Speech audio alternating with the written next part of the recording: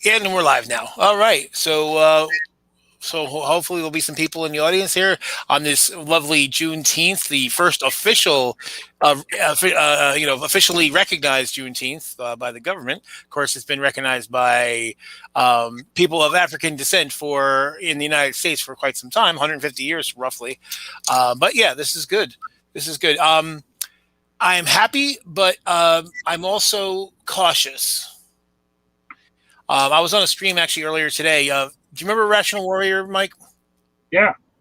Um, yeah. It was the channel he is now is Black Culture Geeks. So I was in a stream this morning, and what we all kind of express is, what's going to happen is that there's going to be appropriation of it by people who can make money, and I'm not as concerned about black-owned businesses, but like big corporations, like some sports team already put out something, and it was supposed to be like, I guess, formerly enslaved Africans, and there's chains, and the shark, which is their emblem, is like biting through the chains, and I'm just like, oh god. Yeah, that's kind of odd imagery for a sports team, which I don't know if it's college sports or not. I don't know anything really about football, but a lot of college teams, like the symbolism there is something they want to be careful with, considering how much or how little any of the actual athletes make from the work they're producing. Yeah, it's a bit of irony there, huh? Yeah. Well, see, that's what gets me, because I don't think anyone's saying that that the college players should be getting paid the same as the pros, but yeah, there's big money in these colleges are making big money, and it seems that the players should get something, even if it's just an honorarium, just like that would still be kind of exploitative, but at least get something. Yeah, especially if they're living entirely off of loans or a little bit of scholarship or something. I think some schools think that the scholarship they're giving is the compensation. And, that's obviously not the way athletes are treated in the professional world. Like, you're paid based on performance and various other things. And those seem to be fair and would be fair in the college setting as well. Yeah, but I agree, and unfortunately, the for the colleges, they try to claim poor, but when you hear what's like, and granted, obviously, if it's like a fourth division school, way down the chain, there's not going to be that much money, but these upper tier schools, they're making millions of dollars, way more. It'll be interesting to see what the ratio of what they bring in versus what the value of any scholarships that they're giving out. Right. And I suspect it's probably going to be similarly slanted in the same way we see, the CEOs versus the lower paid employees. That calculation. What I feel still needs work in the realm of sports is that some positions still seem to be dominated by one race or another, especially head coaches. I know the Steelers have had Mike Tomlin for, a decade now, and they don't like changing their head coaches. I know Lovie Smith has been, head coach of a couple teams. I remember him coaching the Bears, but I can't name you another black head coach in the NFL. And it seems like for the number of players that are African American, they would have, had a few that transitioned over to the coaching role, and then, got up that chain of command by now. But even the quarterback position, for some reason, some teams really prefer to have a white guy as the face of their team quarterback with the there's the logo on them that denotes that they are the team captain. There's a little C. Usually it's a white guy, even though, it's rare that it's not the quarterback. Sometimes it isn't, but it just seems like there could be more done, and that especially certain teams seem to favor white players in certain roles where, they might be better suited if they just broaden their horizons just a little bit. I could never imagine right now the Patriots having a black quarterback. I think they would be thinking about, oh no, what about our jersey revenues? Which is weird, considering that what percentage of the league are black players, and so there's and that's become the that in basketball, the two sports that the black audiences are watching. They're not really watching baseball that much anymore. So I don't know why that would bring the revenue down, but that's just their expectation. Yeah, the NFL has gotten a bad rap, in my opinion, during the kneeling controversies. Because I grew up in Arizona where we didn't have an MLK Jr. Day. My whole time in school, I spent without President's Day. I had Washington's birthday and Lincoln's birthday. And the whole rest of the country had combined those into President's Day and then made it Martin Luther King Jr. Day. In Arizona, that wasn't the case until the NFL wouldn't put the Super Bowl in Phoenix.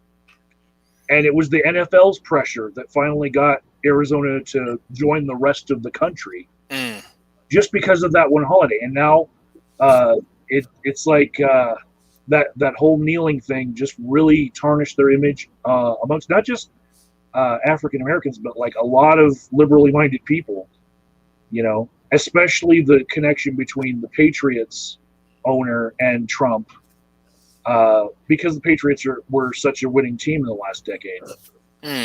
That connection is just the feeling, the taste in your mouth you get for the NFL. But I know that they've been, in many cases, very progressive. Yeah, well, it's and I wonder how much of the backlash to Colin Kaepernick by the league, how much of that was perception by the owners and the league and the league staff, or was it their own feeling? Like, were they reacting because they thought, okay, well, when some segment of our fan base is angry, so we'll pick that one and go with it. Of course, they could have smoothed things over and they could have turned it around, but by basically joining in with the people with the pitchforks, they've basically made it worse, because then I've actually heard people kind of justify their own anger about it. Well, see, the league's not happy. They're violating the league rules and blah blah blah blah blah. And the fact that Kaepernick basically, was basically like drummed out of the league. And granted, he's not the best of players, but he certainly wasn't the worst. He certainly was good enough that there were teams that could have used him, but they wouldn't do it. And even after the league decided to start having everybody kneel, they still didn't bring him back. Yeah. For my opinion on that, Kaepernick did have something to do with that. By the tryouts that he did have that were special, he kind of acted weird at. And this was during a time where a couple of players started having issues that looked like they were related to concussions, where they were acting crazy. And I just feel like when he decided, by the way, at the last minute, we're not having my tryouts in your stadium. We're having them at a field close to where the stadium is. That venue change alone was just so weird. Yeah, to do that, and it looked more like it was about performing for the news crew than it was for the actual teams that might be looking at him. And it was just odd. It really odd. And with the players that kind of got really big heads, and then,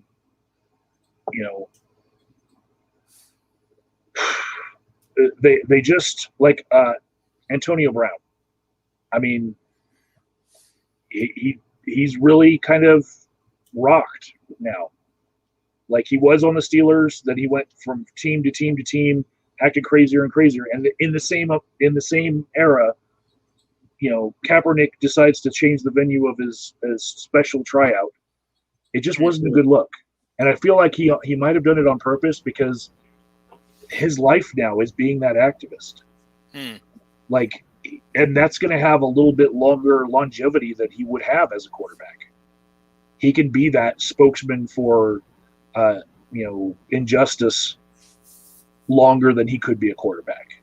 And if he were to take a job as a quarterback now, he might lose that credibility for selling back out to the NFL. Mm. So Yeah, it's funny. We were talking this morning about that.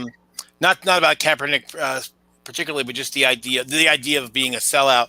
And I said that in my life, I've experienced people calling me a sellout because I'm an engineer and everything, and I didn't understand it at the time.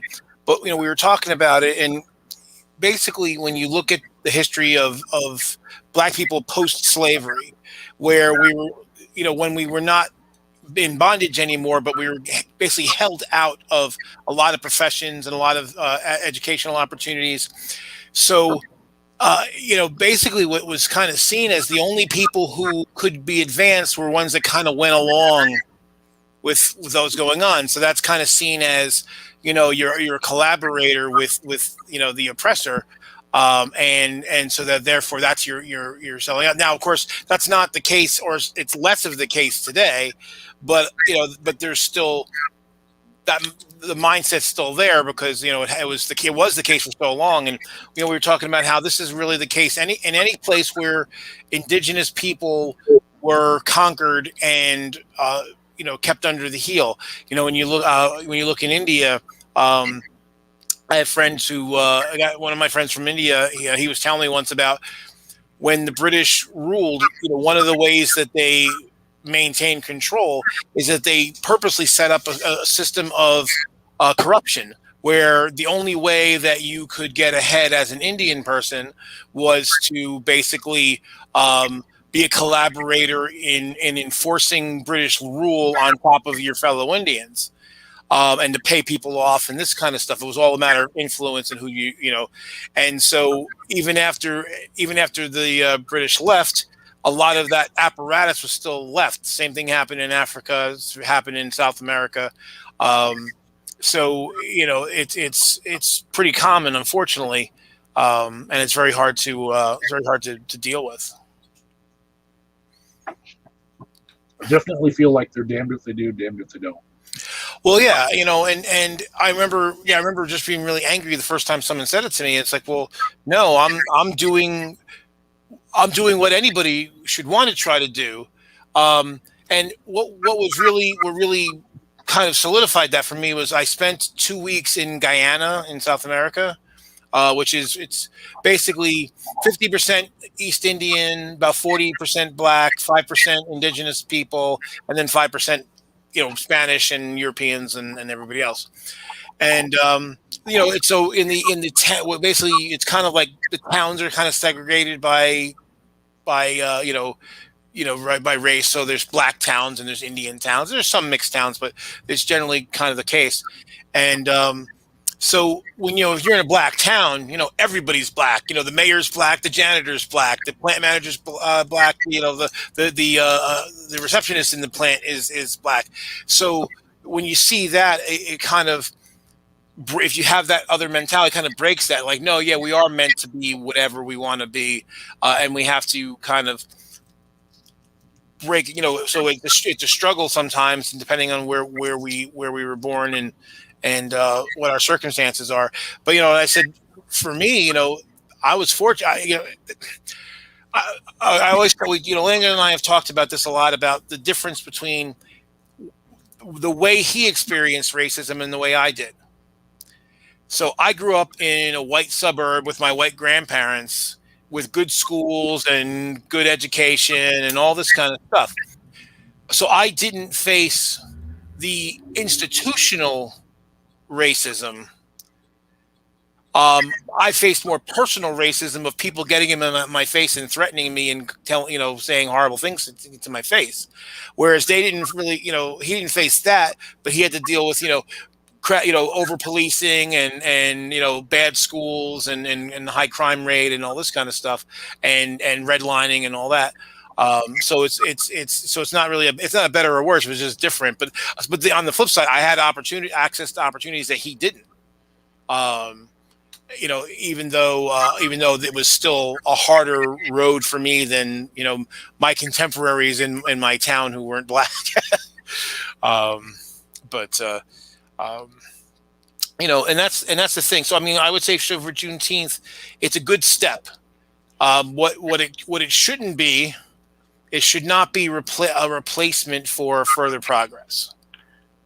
That's the problem that we always seem to have with these kinds of things. I mean, it's become a meme now where, okay, let's show all the rainbow logos during Pride Month. Here's all the, Black History Month logos, and even that, like, it's interesting.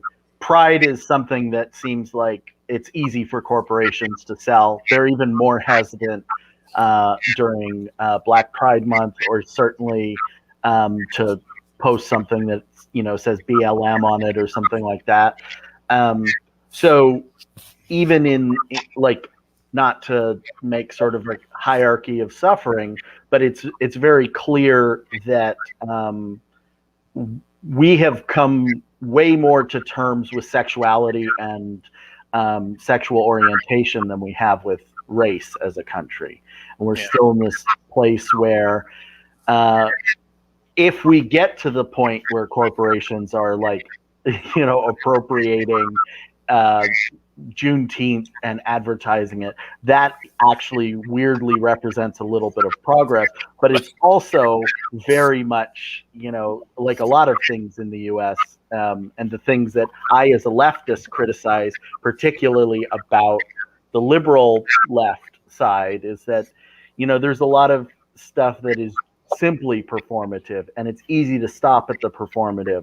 I feel like we've been stopped at performative when it comes to race for 30 years. Like, it seems to me like in many ways we had a lot more progress in talking about these issues in the 80s than we have since the 80s. In the one decade of the way movies and television and everything sort of evolved from 1979 to 1989, much less sort of like exploration and dissection and talking about these issues have really happened since 1990 and 2020.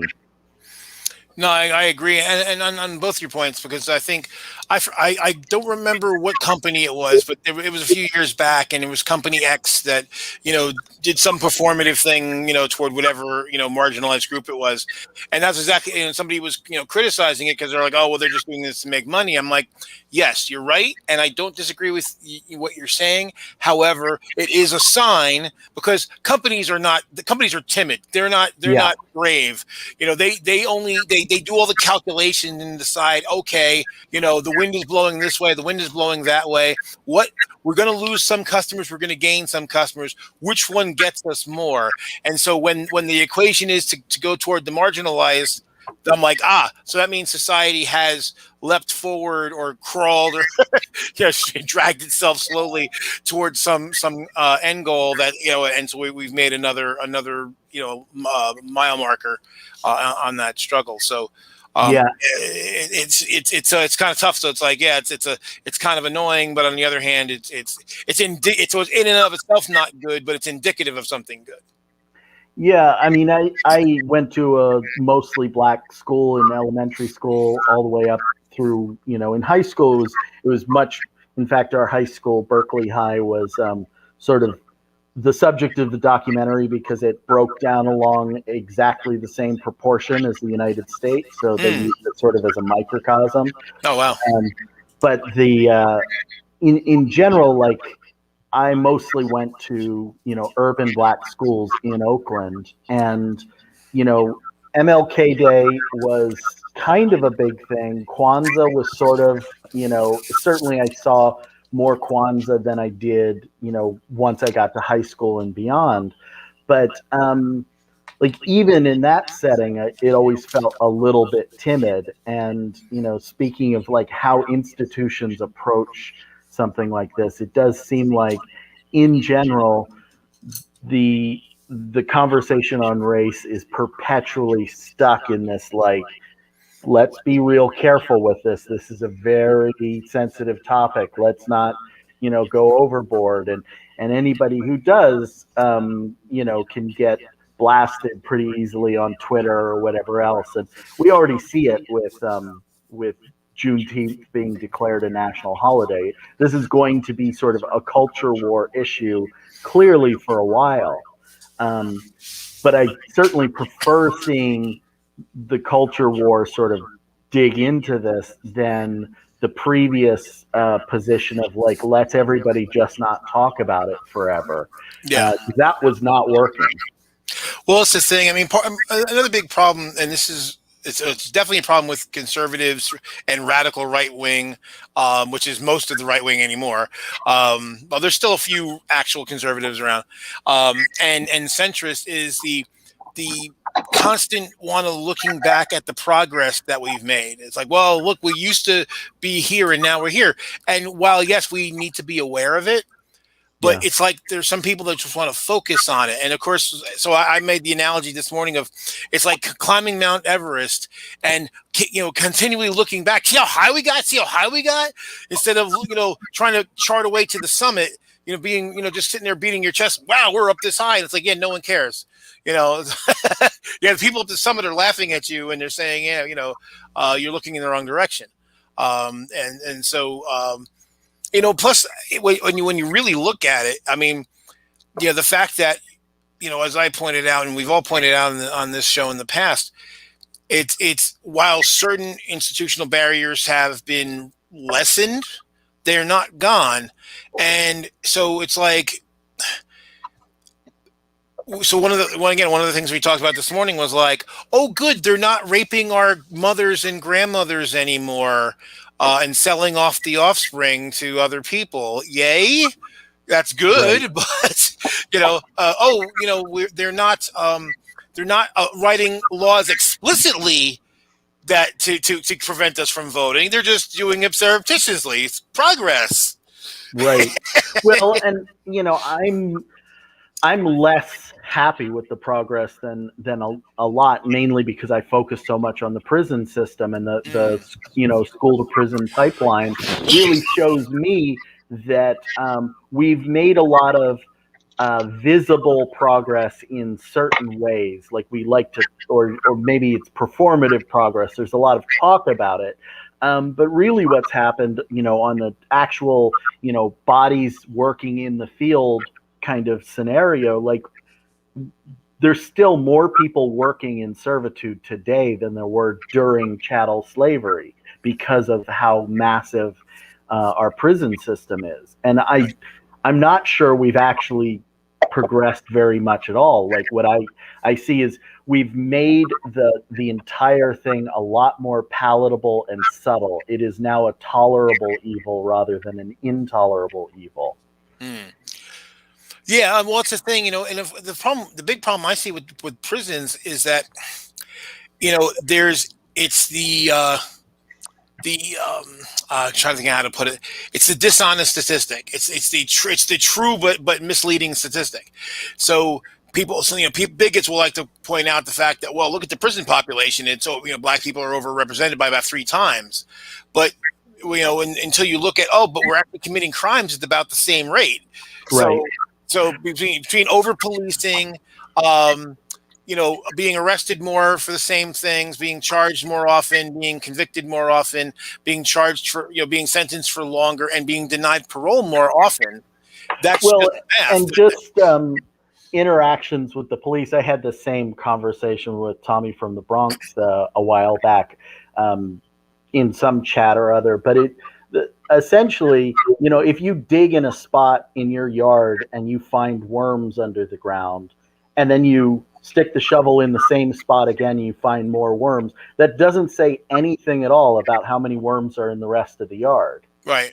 It's a matter of focus. And that's certainly what I saw growing up, is like, if there's a cop car passing every 150th vehicle that passes down the street, and you go to Piedmont, the rich white neighborhood that's only a couple of miles away, and like you basically never see a police officer. Right. That doesn't say anything about how many crimes are going on in each neighborhood, particularly of the nonviolent, like kids smoking pot in their bedroom. Like that's happening at exactly the same rate. Right. But the kid who might have paraphernalia in a black neighborhood also has to face maybe not a strip search, but a pat down, to and from school. So it's just not going to be, there's no way you can make that a reasonable argument, because you're only going to focus in a certain area. Okay, you're putting timeout Republicans because you got personal. So you got a 5-minute timeout. Do it again and you'll be banned. Hammer. Not fucking around with you. Joe, I have a question because I had a feeling, and I wanted to know if you felt the same feeling. I'm not black. I saw the vote on making Juneteenth a holiday. I saw the Senate vote. 100% unanimous. They all vote for Juneteenth to be a holiday. And my feeling in my gut was, hold on, wait a second. No, you don't fucking get to vote yes on that. If you vote against the interests of black people all the fucking time, you want to vote yes for the fucking holiday, but not actually fucking help them any other fucking time? Yeah. I really wanted the vote to, pass, but not this way. Like, they get credit for helping out black people for ratifying the holiday. They don't fucking deserve to have been able to vote yes.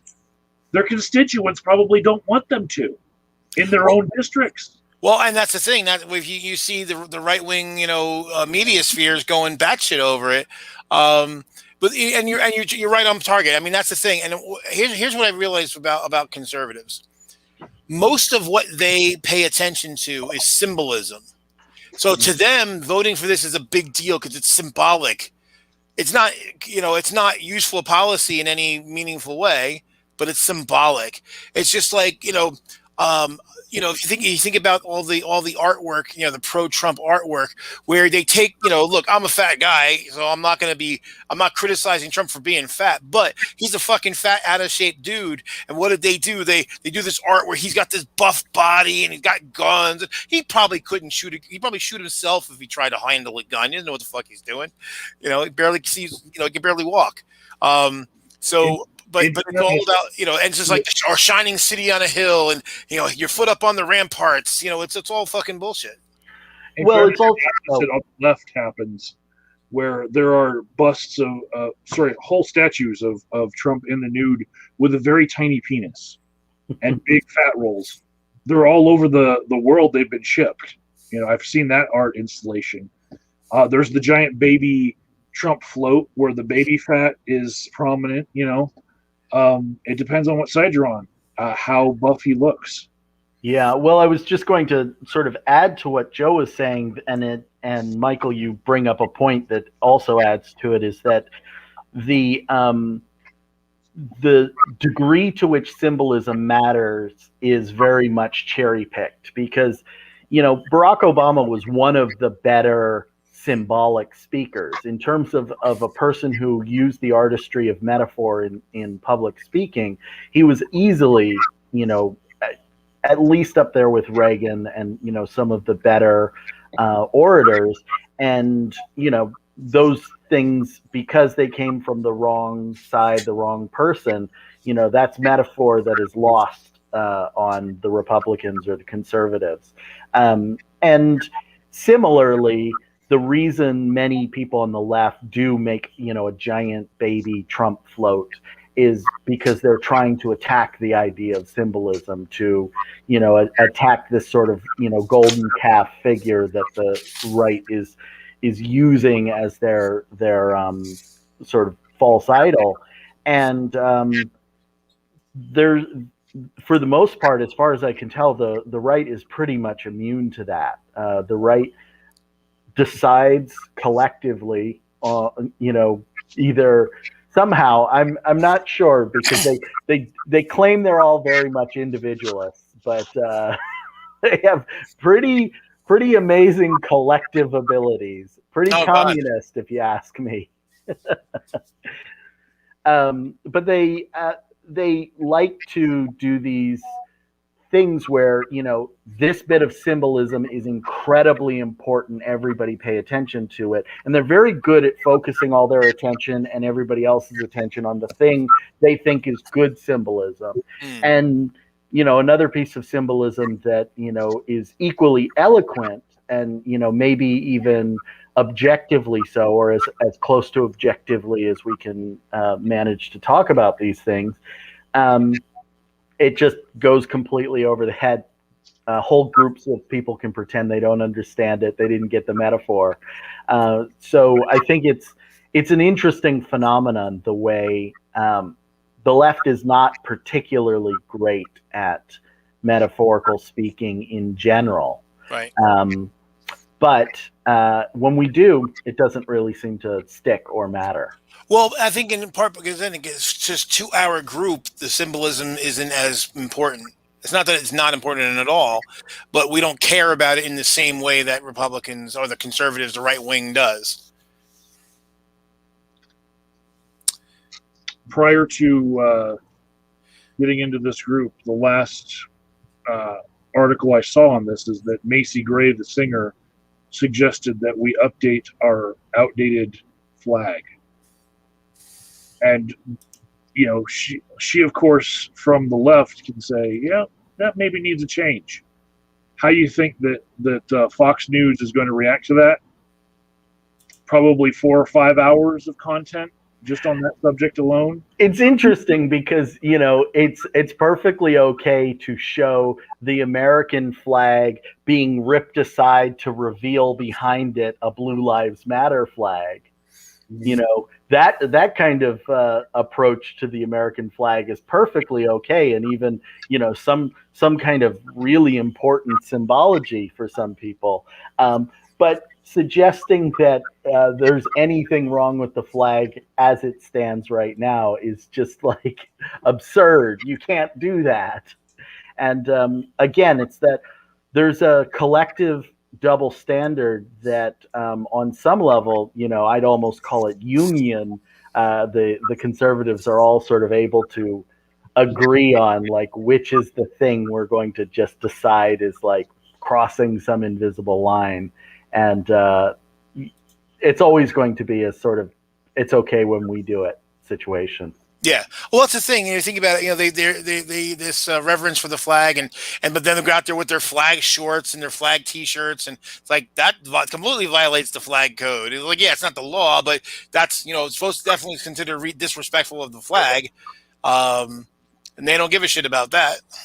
Yeah, yeah, not at all. Because again, it's more tribal than anything. I mean, it's absolutely true that they respect symbols and statues more than we do, and care about that stuff. But I think what they really care about is the connection it has to their tribal affiliation.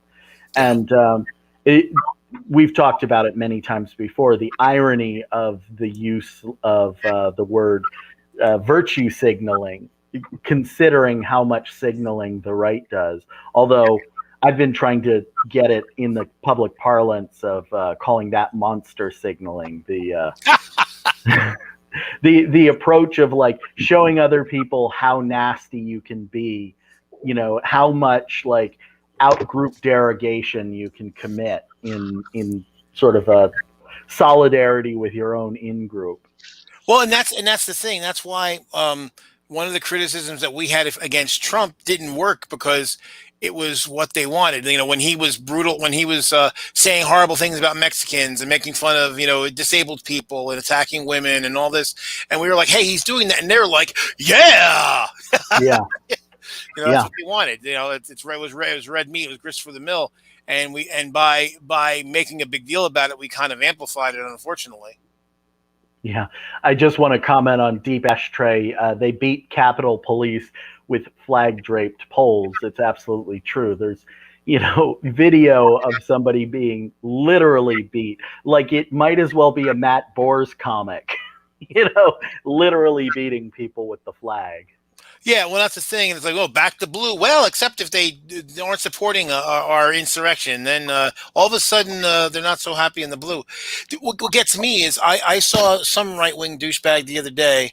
I guess saying right-wing and douchebag is kind of superfluous, or it's redundant. But basically saying, oh well, now you care about the blue. I'm like, we never not cared about them. We just didn't want them to be wholesale killing people without accountability. I can say I want someone to be able to go home safe, and not want them to have the authority to just off the cuff kill somebody and get away with it when it was not justified. It's just like was talking earlier today about Israel. The idea that there are people who there are people who, because they feel, okay, Israel is an ally, or we need Israel as an ally, so therefore we shouldn't ever criticize them. I'm like, well, you know what? If someone's really your friend, you should really be able to criticize them, or at least tell them when you think they're wrong. And my example was, if I said, hey Jack, you're my friend, I want to lose weight, and you're like, Joe, what are you going to do to lose weight? And I go, and then I go, Jack, I didn't lose weight. I want to lose weight.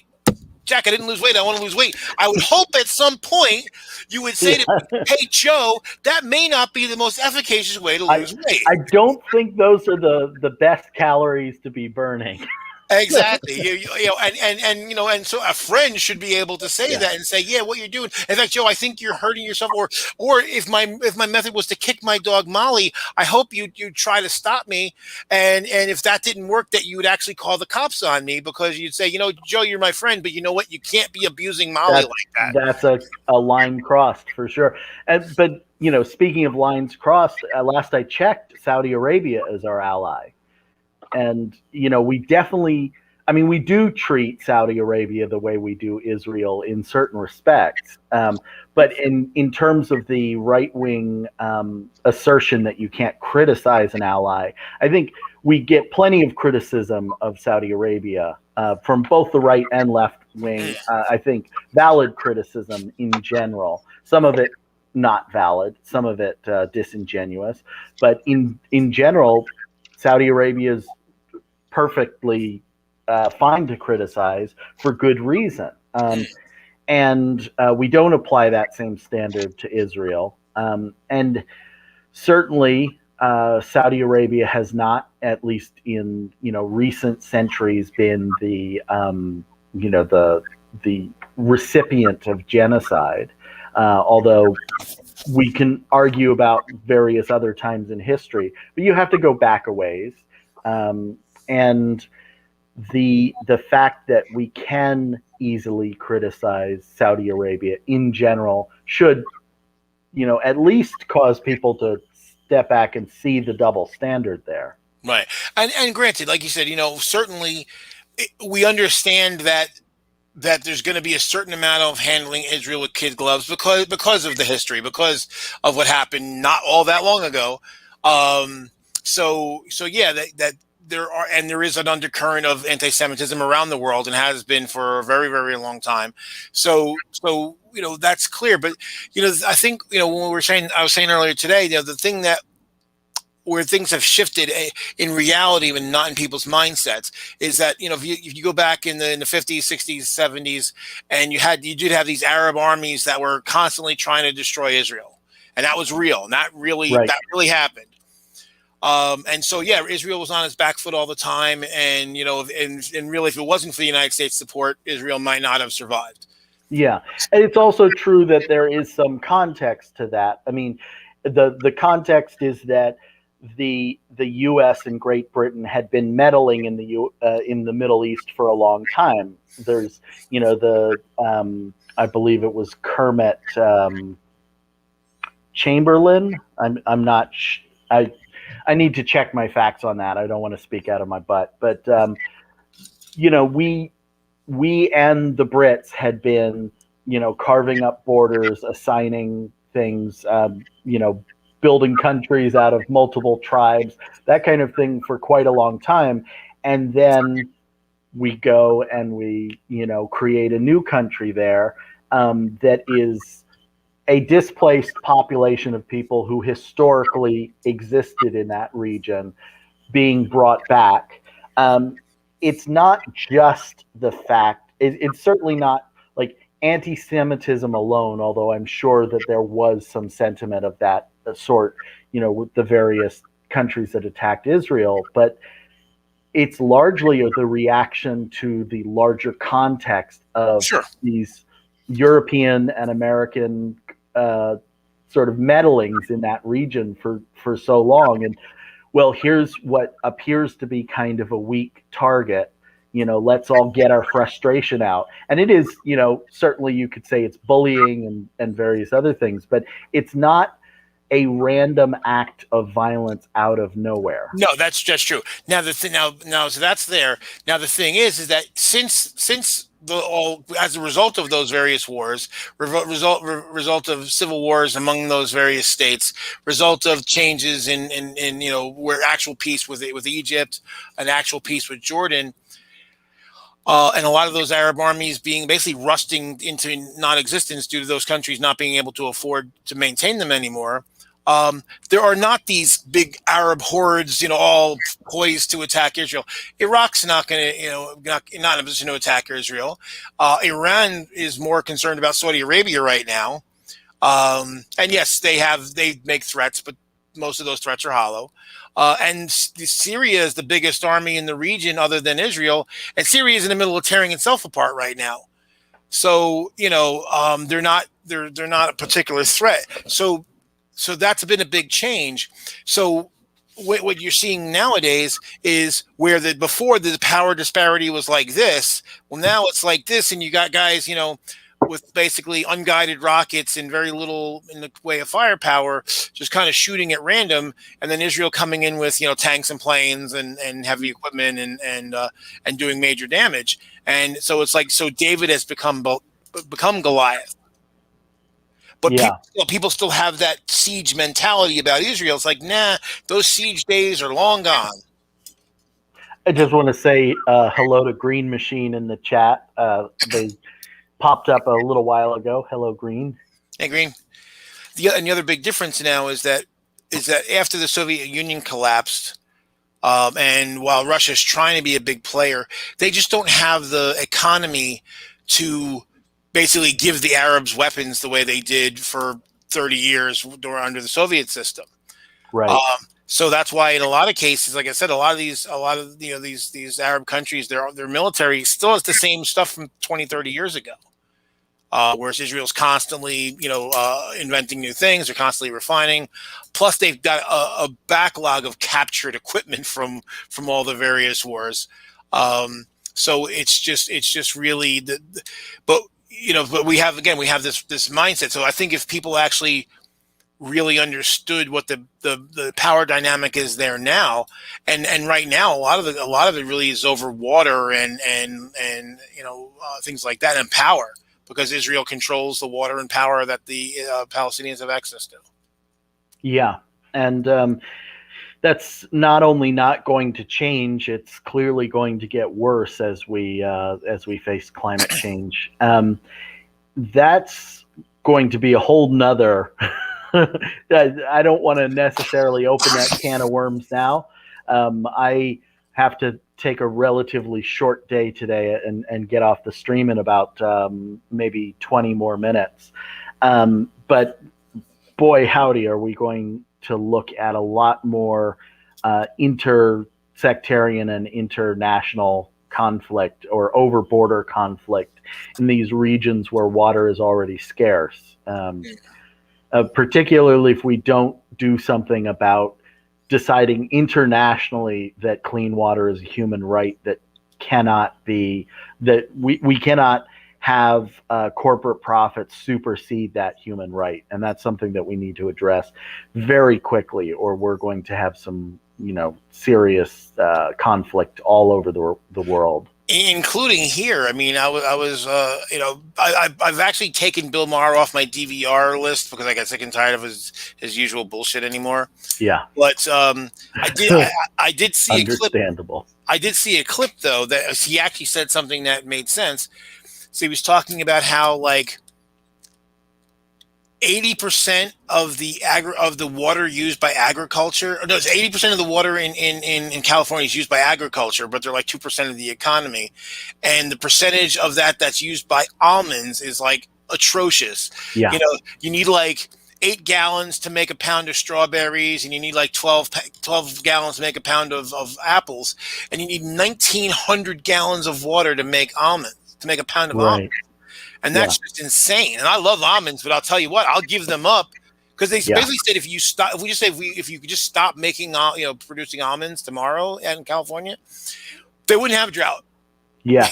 Not only that, we wouldn't have this, really scary situation with bee colony collapse, because a large part of the reason that that there has been so much trauma and collapse of bee populations is because we truck bees all the way across the country from as far away as Maine for 2 weeks of the year to sit in California almond groves, and then once the flowers from the almonds fall, those bees have nothing to eat and they starve to death. Oh wow! And it's simply because there are miles and miles and miles of nothing but almond trees, and they all bloom for only 2 weeks in February, and then the food sources are all gone. And there's a simple solution to this. You could plant the entire floor of every almond grove with wildflowers, and this would never be a problem again. But that minimally reduces the ease of harvest for various, tractors and harvesting equipment. And so almond growers don't think that that's a worthwhile thing. I wonder, what we'll be facing, with 20 more years of bee collapse and pollinator collapse. It's kind of unthinkable that such an easy solution exists and it's not being done. Well, yeah, and that's the thing. I had an argument. It was on Tracy Harris's wall. It was me and a few other people got in an argument with this woman who, Tracy was basically making the point. Somebody had said it was something about having children, and she was like, "Well, what about me, who's chosen not to have children? So I'm not putting as much, I'm not creating, as much pollution and all this kind of stuff. I'm keeping my personal carbon footprint down by not procreating." And so this other person comes in and said, "Yeah, people shouldn't procreate, and if they do, they should be vegan." And we're like, "Well, yeah, certainly there's issues with meat, but." Living a plant-based life is not without harm. And she insisted that there's no harm from this. It wasn't Tracy, this other person. There's no harm from a plant-based life. Well, clearly, if you eat lots of almonds, you're fucking up right. things up badly. And it was, and that's the thing. It really comes down to we need to have sustainable things. And this is where public policy comes in. I'm like, let's have a big fucking almond tax, right? So, and the way you can reduce your taxes if you plant wildflowers, like you were just saying, Jack. So if you so you're not forcing anybody, but if you don't, we're gonna charge you out the ass. Yeah, for the damage you're doing. Deep Ashtray mentions healthy wildlife in conjunction with farming practices. There's a great book, I think it's called The One Straw Revolution, and it's about changing the farming practice around rice farming, and it brings up a lot of these issues. I read it 15 years ago, so I'm a little bit hazy on it, but that book has a lot of really good insights on how you make that kind of farming work on large agricultural scale without doing the kind of destruction that is happening right now, because there's no reason. Part of the reason that almond groves use so much water is that water isn't then overflowing to other crops. It just goes into the ground or is evaporated or what have you, and they keep the ground under those groves pretty sparse because it's easier to harvest. So if you have some other crop that is underneath the almond trees wouldn't necessarily be wasting all that water. That water would be going to grow other things at the same time. I'm just, and that's what I'm curious as to, like, why almonds need so much water. What is it about those trees that need so much damn water? I'm not clear on all the details, but my understanding is they grow in a certain type of soil that tends to absorb the water really quickly, and that the trees aren't necessarily that good at absorbing all of the water that goes into the ground. So it's the fact that they're being watered with that much water to make sure that they're healthy, not that the trees are actually using that much water. Okay. So they're actually bad at absorbing the water. So you have to put way excess water in order to get them. Sounds like they would actually, they might be a good candidate for hydroponics, where the water is contained, Right. And so you're not having this constant use of water, and whatever water you have that's not drunk by the plants initially, you can basically recycle it, Right. and you can capture it because you're indoors. Again, like, I'm not any kind of expert on this, so I might be totally wrong on one point or another. Right. This is just sort of my layman's understanding of how efficient almonds are at using the water. Mm. But yeah, in general, I would assume if you can make hydroponic plants or hydroponic almond groves, that would be a great candidate. But I have no idea if that's possible. Not every plant is good at accepting that kind of set of conditions. True. But and that's the thing. I mean, I think that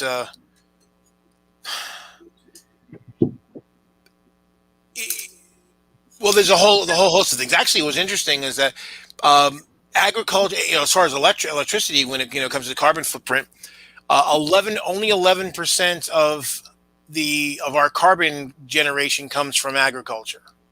23% comes from power generation, and 27% comes from industrial processes. Right. Yeah, and much of the power generation we're talking about is the process of building infrastructure for power. So, and that unfortunately includes even wind turbines, like building the carbon fiber to make the wind turbine blades and things like that, which unfortunately wind is not without its own fairly substantial carbon footprint because of that. Yeah, I mean, that's the thing. I mean, nothing is there's nothing that's harmless. It's just Right. a matter of how do you mitigate the harm. And the thing, what makes it kind of tough is that basically, the amount of carbon that comes from our personal use, what you and I and Mike and everybody else use, is only like 20%. Right.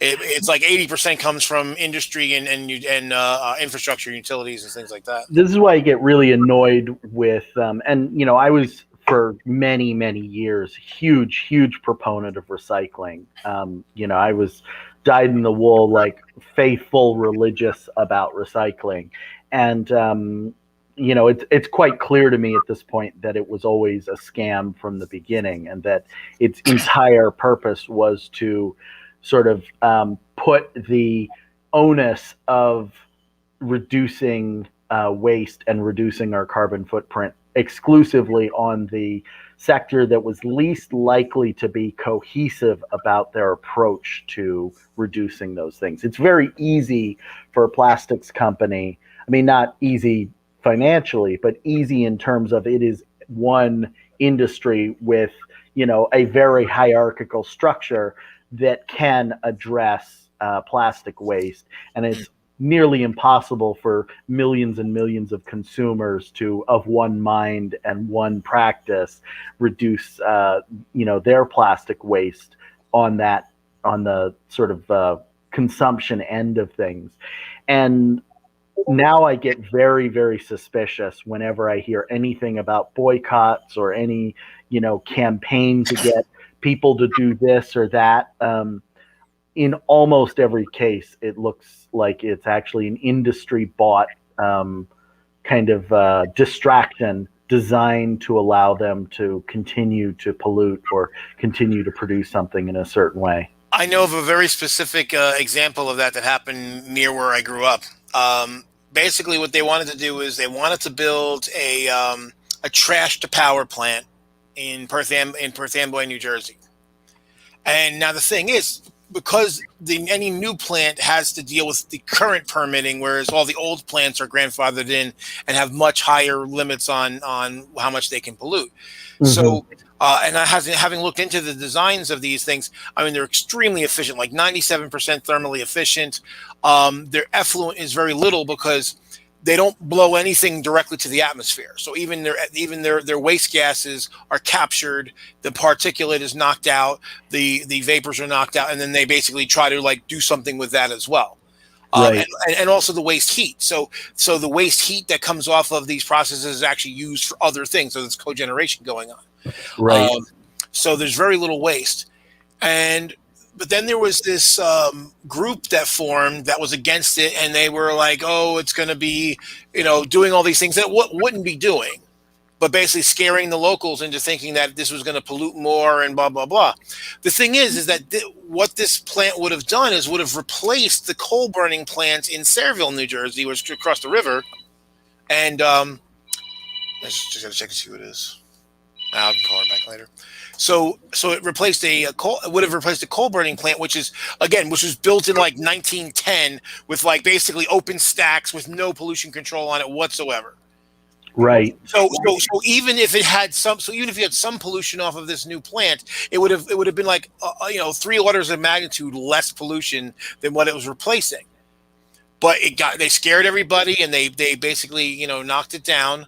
And then it turns out that the group was created and funded by investors in the coal plants. Of course. Yeah. The astroturfing and practices like that. I mean, we're all, I think, aware at this point that the so-called crying Indian commercial from the 1970s was in fact, a paid Italian actor who was paid for by the plastics and the styrofoam manufacturing companies in order to mainly make people feel guilty about the waste they were doing and not focus at all on what the plastics manufacturers were doing. And this is another thing, like it's been said before on this show, I think, that you could almost certainly take everybody who is genuinely contributing to global warming in a really large scale, every CEO or whoever, people making particular decisions in the military, if you took every single person who is contributing, the larger half, more than 50%, you could probably fill like maybe a Boeing 747 with that number of people, or maybe a few city buses. It's in reality a very small number of people who have their hands on the actual levers that can change the direction of our carbon footprint. And we as a society simply aren't really willing to hold them accountable or to, force them to make those changes for everybody's benefit and the future of all generations of humans, on infinitum. Right. Yeah, Deep Ashtray made a good point that polluters have managed to brush their products off to either consumers' problems or shipped overseas, and that's a big problem. That basically it's like, well, when the United States started to have tougher environmental laws, like, oh well, we'll go to Mexico, we'll go to China, we'll go all these other places, India, we'll go places where those where they don't have as tough of rules. Although I will say China is actually doing quite a lot. They're actually kind of beating us at this point as far as they're taking action.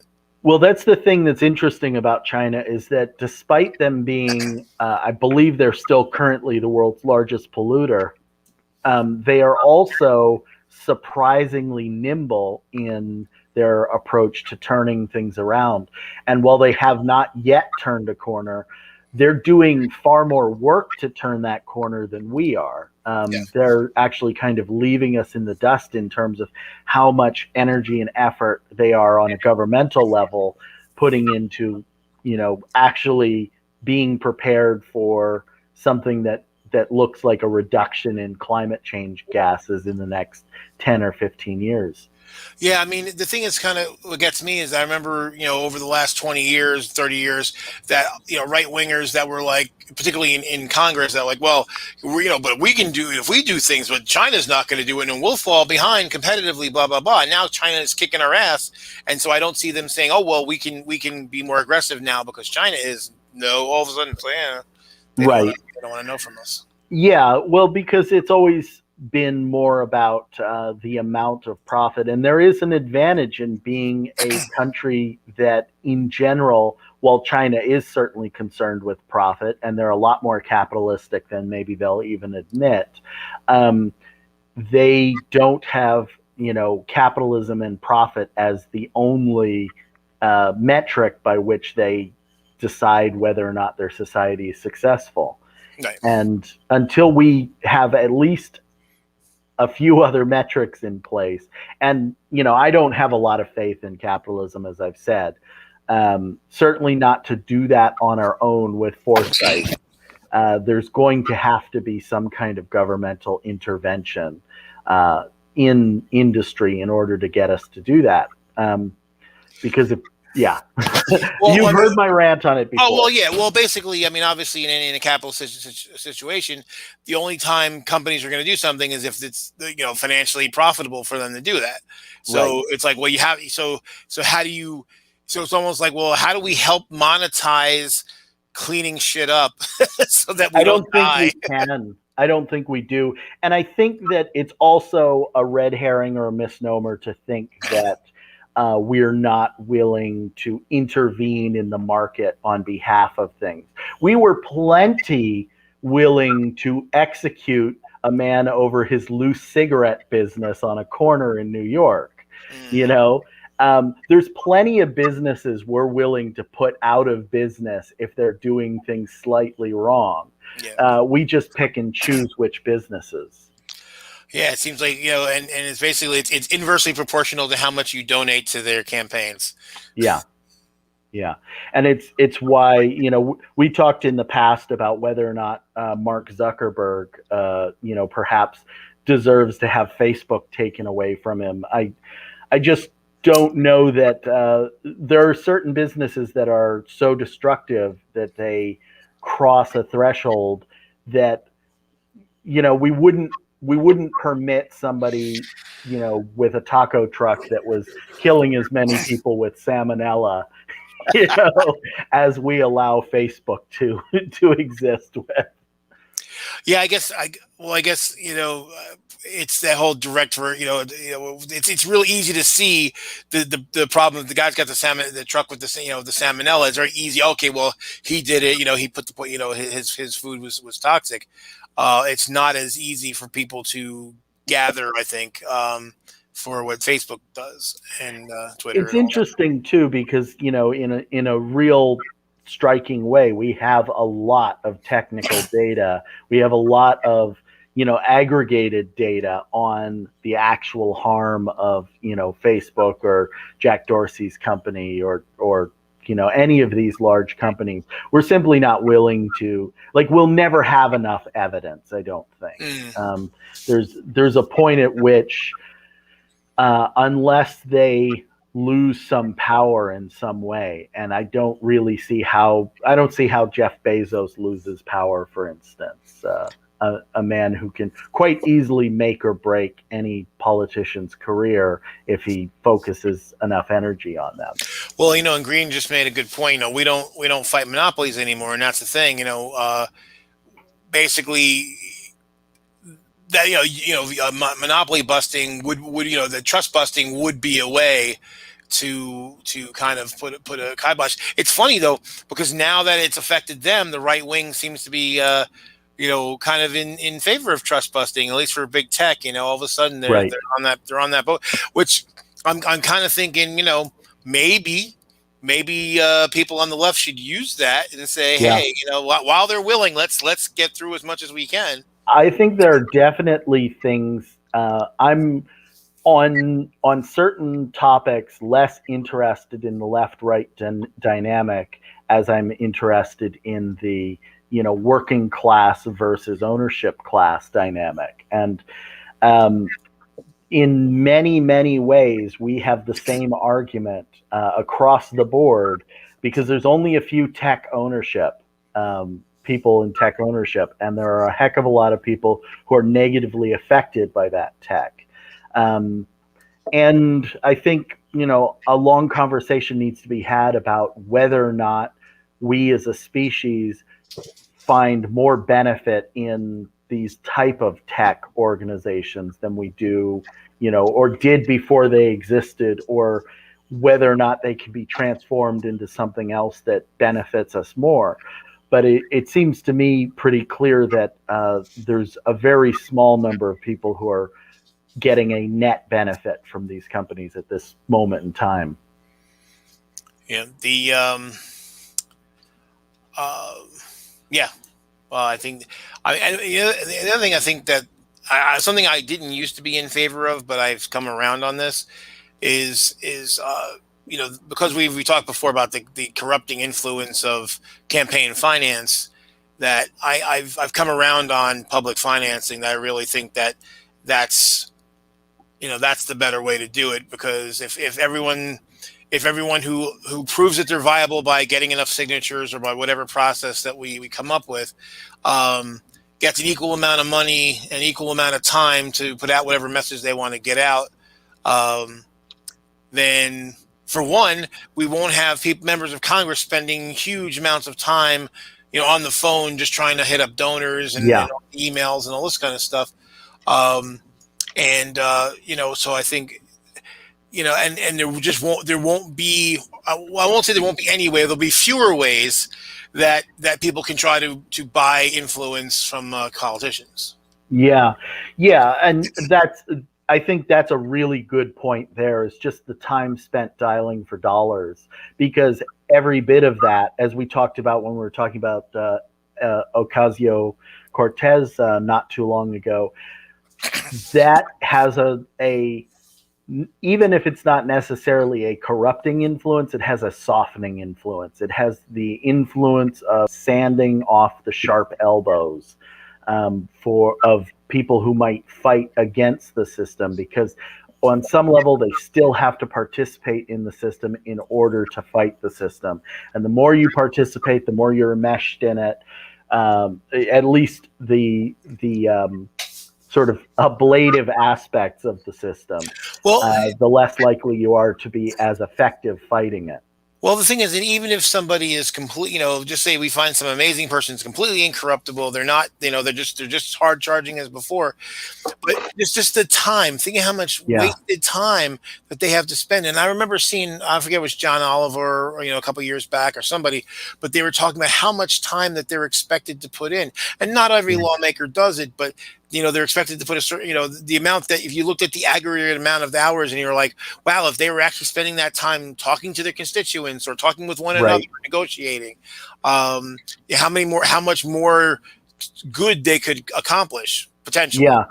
Imagine hiring an employee for 40 hours a week, and then they can only ever really put in 19 or 20 hours a week, on the actual project that you've given them.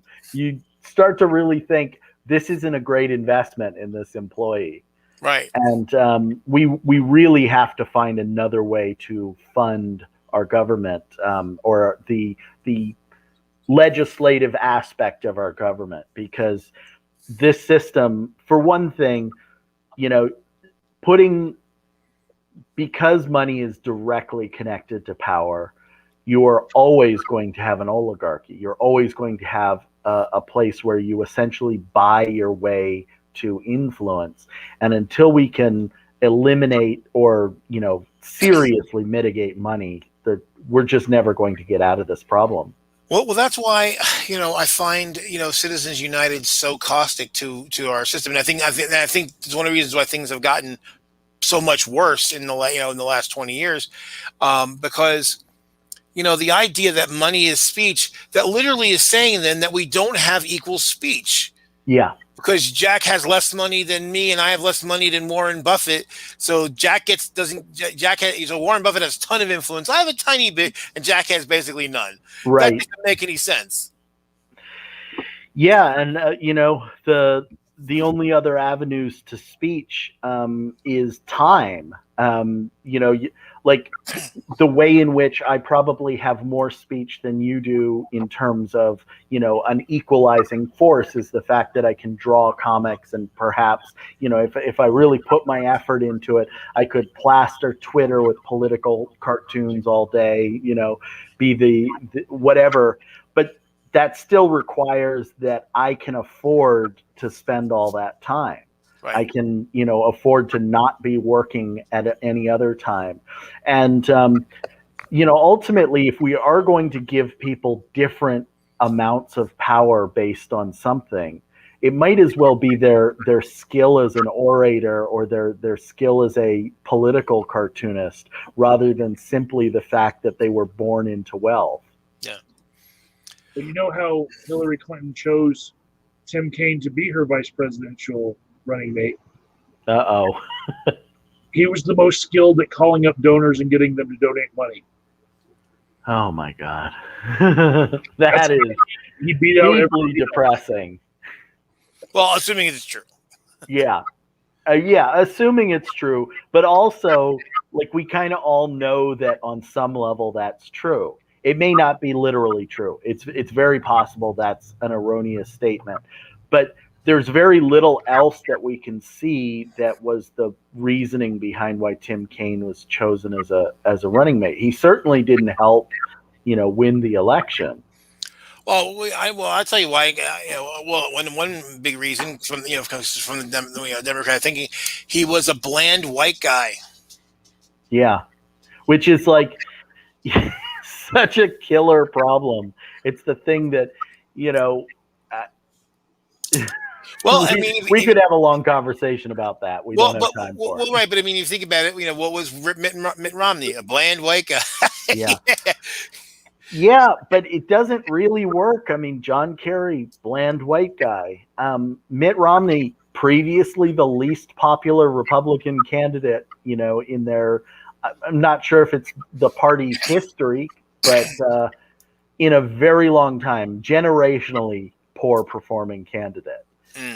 And there is, for whatever reason, analysts who believe in the bland white guy sort of hypothesis of politics really need to take a look at the evidence and give up.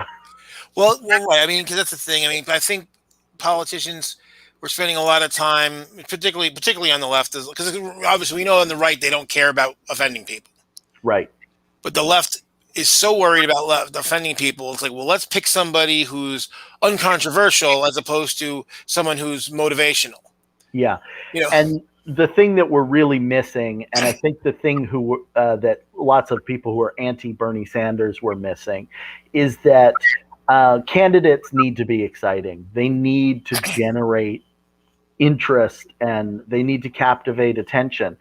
Even Andrew Yang is a fairly bland guy in reality. Like he's not the most eloquent speaker by any means. But the fact that he was willing to say some pretty bold ideas that were pretty far outside of the mainstream at the time that he brought them up significantly helped him. I don't think he'd be in the running for mayor of New York City if he never proposed anything that was exciting and interesting. right. And I really hope that what this does is it teaches, and even Trump teaches political analysts, that you have to be interesting, you have to be exciting, you have to capture attention and hearts and minds and all those other things, or your candidate is not going anywhere. Yeah, I mean that's the thing. I mean, because there are people who look at Bill Clinton and say, obviously, he was popular in his time. The thing is that while yes, and he was a policy wonk, but he wasn't just a policy wonk. He was also a motivational speaker. He was definitely the type of person who could sway a crowd. And like I remember, I think it was when he did the healthcare address. It was either his healthcare address or his second State of the Union. I forget. Basically, the wrong speech was on the teleprompter, and so he had to go from memory, and he did that for like 20 minutes before they finally got his speech loaded up, and he just went because it was in him, and that's why like people were like, "Oh, well, he's a liar." I'm like, yeah, I always knew when Bill Clinton was lying because when he wasn't lying, he flowed, man. He just flowed.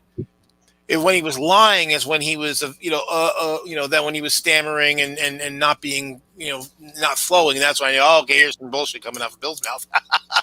Right. And I think that's what did it. I mean, I think, and I remember during the debates in '92, the moment when George W. Bush lost the election, there was a black lady who stood up and said, "You three are all wealthy men." It was, Bush, Clinton, and Ross Perot. Mm-hmm. Well, we're in the middle of a really horrible recession. So I want to know, how has it affected you personally? I want to understand that you understand what we're going through. Right. And Ross Perot was, hey, well, I started poor and I went in the Navy, so I'm a self-made man and I did all this stuff. And Bill Clinton is like, hey, I'm from, where he related like, hey, I'm the governor of the poorest state in the country, well, one of the poorest states in the country, and it's a small state. But when something happens, there's a good chance I know that the plant owner or people who work there. These are my friends. These are my family. This is my community. And so he was able to relate. And then people were like, oh wow. And so his, like I remember, like they were doing the whole like the little graph thing, right? Shot way off the chart, right? And then Bush, being the patrician, the out of touch patrician that he was, CIA agent, said, I don't understand the question. He literally said, I don't understand the question. And when the reporter who was doing because it was a town hall tried to help him. And he was like, then his response was, well, he had read some things. And I was like, yeah, George, you're a man with your elbow firmly on the pulse of America. Actually, I think more of his knee on the pulse. Yeah. Knee on, yeah. On the carotid, but Bill Clinton was able to, he was able to relate to people in that way. And that's why people went, the people who liked him went to him. Yeah. Yeah. And, that certainly has its flaws. We can't have I'm particularly worried about candidates that have too much charisma. It definitely concerns me anytime I see it. But in general, like the left has to get better at theater, and that charisma, that ability to speak off the cuff and to relate to people is part of that. That's really important. And I don't mean theater in terms of the, that it's artificial, but theater in terms of the fact that it is a recognition of the performance of politics, which, I mostly hate him. I was going to say love him or hate him, but I mostly hate him. Any of the conservatives, but George W. Bush really understood the theater of that. It's funny. I'm thinking about what you're saying. If you remember, in the very beginning of the process of the 2016 election, 2020. Excuse me, 2020 election, Kamala Harris made a lot of bones basically because she was doing that, and she went after Biden and she went after all these people, and she was hitting, and she was like leading the pack by a long, long way. Right. And we all assumed that she actually had some real legs, and then she sort of, rolled it all back and got very careful, and it immediately affected her polling and how well she progressed. Yeah, she stopped being like the in-your-face black lady and tried to become everyone's black aunt. Right. And then once, kind of like, like this, just kind of being peaceful and everything, and like that didn't work, and then she just fell like a stone. Yeah. It didn't even make it to the first primary. My stepkid calls me Mamala. That was cringy for me. Yeah, I don't know. Does that mean that you arrest the parents of truants? What does that mean? Well, I mean, also the fact that Mamala comes from Yiddish. Oh, it does. Okay. Yeah. So I'm not familiar with that. Yeah. mamala, dadala, or papala, whatever. But basically, they're endearing terms in Yiddish to your parents, and yeah, that. And I guess obviously she's playing on her name, but it's like, oh, just the optics were not good. Yeah. Yeah. Not good. Well, with that, I think I need to get back to work. I've got a lot on my plate today, unfortunately, but I've really enjoyed the conversation, and I hope you guys have a great rest of the show. All right, take care, Jack. All right. Have a good one. Bye, everyone. Later.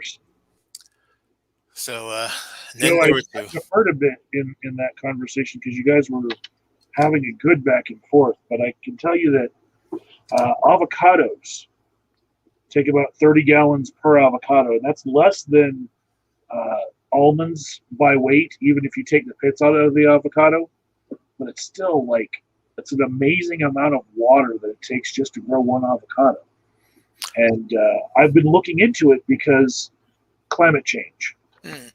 In Colorado here, we do have a lot of people that love guacamole, but all of our avocados are pretty much imported from either California or Mexico, right? So there's one area of Colorado that has the right climate to grow avocados, but it's only a certain hardy strain of avocado. There are some that are weaker in cold climates and whatnot. But if they freeze in their first couple of years, the whole tree's going to die. So they have to get to full-size tree before the first freeze really gets to them. Right. It makes it very hard to grow an avocado tree here. Yeah, I think. But climate change, global warming is a thing. And there are different USGS climate zones for where you're supposed to grow which crops. I just feel like in the future, Colorado might be good for avocados. Interesting. We're like one range off, except for the Grand Junction area could grow a certain strain of avocado, not all of them. Okay. But I feel like in our areas where water comes straight off the mountains and, maybe it's supposed to go to the other states. But since we've got it here, we could, let it run past the trees and, whatever the trees don't want could go downstream. But there are places where it would be impossible to really do flatland farming. They're too rocky and jagged. But you could put some avocado trees up that little waterway up that valley and maybe use what's there. And I've been looking into land with water rights and whatnot, and really how I want to live the rest of my life. I've been looking into farmland where it has water rights, but you could lease the farm and just, I'm a therapist. I'm not going to be a farmer. Right. But, just to see a farm outside your door, and keep it farmland and keep it from becoming another cement splotch on the earth. That's pretty cool. I mean, and that's the thing. There is a certain allure to it, and I've thought about it too. But I'm like, I don't like doing anything, so I wouldn't be a very good farmer. I'd have to have people do it for me. Evil capitalist. But I'm glad you told me about that because I can't stand avocados. So, not even in guacamole form. Oh no, especially not in guacamole form. Okay, it's like baby diarrhea. So it looks bad, but and so yeah, it just looks horrible. It tastes horrible. So that just gives me one more reason. It's like yes, so not only do I think they're disgusting, but they're also bad for the environment. So even more reason not to like them. They do suck up a lot of water. Yeah, they do provide a good shade. As far as if you were to have a walking path that was off the waterway, they can be great shade because they grow very tall, and so that's good for land use because we do need more open spaces just for human mental health, well-being. We need more open spaces for people to just be able to take a walk. This is true, and I want to address this thing about superfood. Superfood is kind of bullshit. I mean, I mean, there are certain foods that are nutritionally more efficient than others, but we make them out like, that, well, then we just eat, soup, like they're magical, like they have some special powers, and they don't. Um, you know, uh, It, Basically, they're less harmful to us, yeah. than other things. But Nobody who uses the term superfood will admit this, but the reason why there's a lot of meat in the U.S. public school system is because it's the most efficient way to get protein and calories into your kids. yeah, You know, meat itself is a superfood. If you were trying to make everyone go vegan, it'd be a little bit tougher to get that nutrition into those kids in just the amount of time that you have. oh yeah. If you're only seeing them for primarily lunch, you can still, in that one meal, make sure that whatever neglect and abuse they're facing at home, they're at least going to have vitamins and minerals in their body. And it's not going to create a public health crisis later. That's right. And the thing is too with meat is that every source of meat that we have, um, is a complete protein. It has all the essential amino acids, which not it's not that it's impossible to do with plant based. It just takes more planning and more thought. Um, but the other thing too that one of the things that comes up a lot with the whole meat argument is conversion rate, and which there's something to it. The idea that like beef, for example, I seem to recall that the conversion rate is like 7.1 to 1, which means it takes 7.1 pounds of plant matter to get 1 pound of meat. And so the idea is that, well, if you just ate the 7.1 pounds of plant matter, that would be, or you wouldn't even need to eat that much to be healthy, which depending on what you're eating may or may not be true. The problem with conversion rate though, when you're looking at certain animals like goats and pigs, is that they don't generally eat food that we would be eating. Like they're not fed grains. They're not being fed vegetation that humans would have been eating. Pigs particularly are being fed scrap. It's ag scrap because the pigs will eat practically anything. And the same thing with goats. The conversion rate on goats is almost nothing. I mean, they graze and are fed whatever garbage there is. So you're basically they're eating things that humans won't consume. Um, Including a lot of things that humans can't consume. Like they'll eat brambles and bushes and twigs and all sorts of shit that we could never digest in a billion years. Um, so conversion rate with those animals doesn't really mean anything. It's misleading. Um, so you'd have to look at the effective conversion rate and say, okay, how much human edible food is this animal eating per pound of edible meat? And when you look at that, chickens, mostly eat scraps and bugs. Yeah. So, right. So chickens can also be done with little to no displacement of as long as as long as you're not feeding them grains and you're feeding them like refuse, most of these animals will eat that stuff. I would say now that said, beef is really the worst culprit when it comes to meat, not only because the conversion rate's the highest, but generally they're either fed grains or they're fed, lovage or things like that, stuff that humans could eat. Anyone know which crop is growing more in the U.S. than any other? No, Green. Probably corn, just to take a guess, but That's I guess the crop I've seen the most of is corn. and a lot of beef eats, a lot of cattle eat corn as well. Yeah. As far as my climate, it varies per like different range here in Colorado, but on the western side of the state, it is corn and sunflowers. There's a lot of sunflowers right up next to Denver International Airport. Lots and lots of sunflowers being grown out there. Interesting. In Palisade, it's peaches and wine grapes. And that's where it would be easy to grow an avocado tree of a certain strain that's hardy in the cold. You could grow drop cherries out there. I know in Canyon City, there's a lot of garlic. In Hatch, New Mexico, which is kind of close, they're just famous for their green chilies. Oh, okay. That's cool. I like chilies. Um, you know, the one thing though that's interesting is that when again I'm talking about conversion rate is that the corn that cattle eat though is not sweet corn. It's dent corn.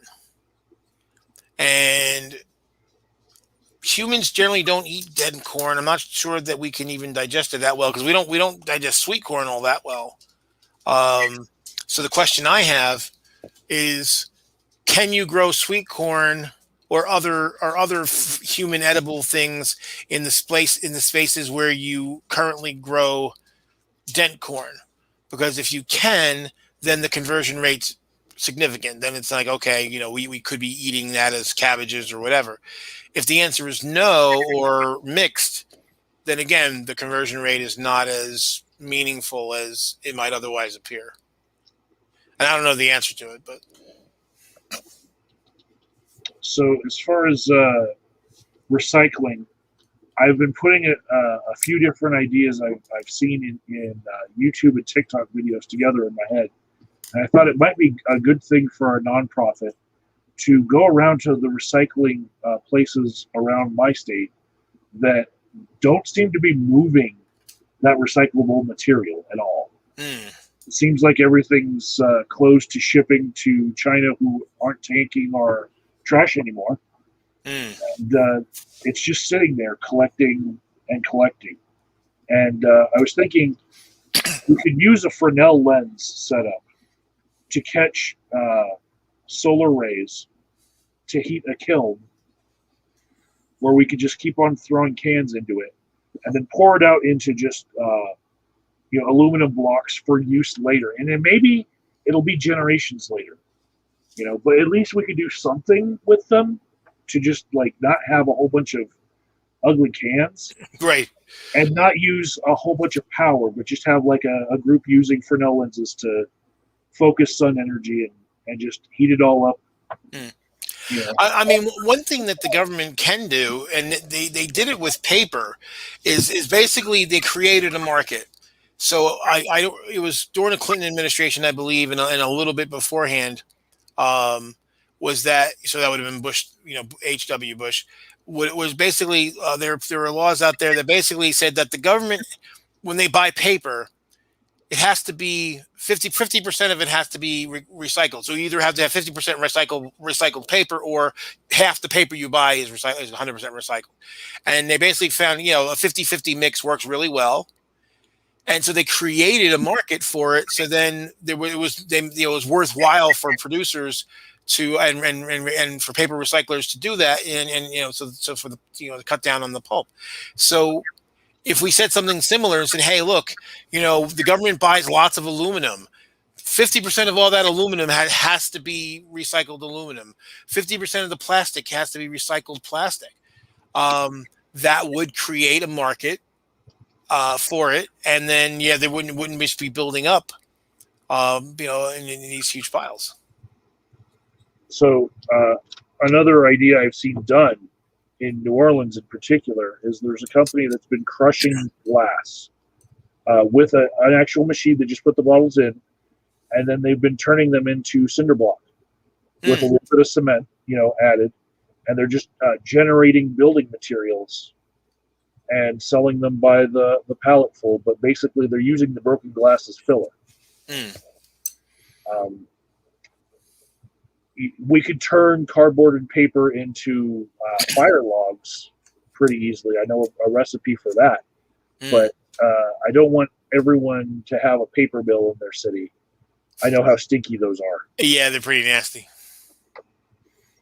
Although it's a lot better than it used to be. I mean, I did a project about 3 years ago down in North Carolina at a paper mill, and it wasn't that bad. So I mean, I know way back in the day, there were certain towns in South Carolina where, like, if you got within like 5 miles of the town, it was just this horrible chemical stench. It's not as bad as it used to be. Orange, Texas. It's about 15 miles around any direction. Really? You smell it. Yeah, it's horrible. I guess it depends on the age of the plant. And what again we were talking before about these places that are grandfathered in on their environmental regs that you were built 50 years ago, so you only have to meet the requirements from 50 years ago. And I think there should be something that basically says, okay, that like a sunset provision on these grandfather clauses that said, okay, you were here before, we're going to let you slide, but we're going to give you a time horizon, 20, 30 years, and says, hey, look, if you're still in business 20 years from now, 30 years from now, whatever it is, you're going to have, at some point, there's going to be a glide slope where your permit's just going to get tighter and tighter and tighter until it catches up with the rest of us. And so you got time to plan and all that, because equipment does turn over and all that, but we're not going to allow you to put in new shit that's, really dirty anymore. And we're not going to allow you to keep the old stuff forever. Yeah. Orange, Texas smells worse than any grandfather I've ever smelled.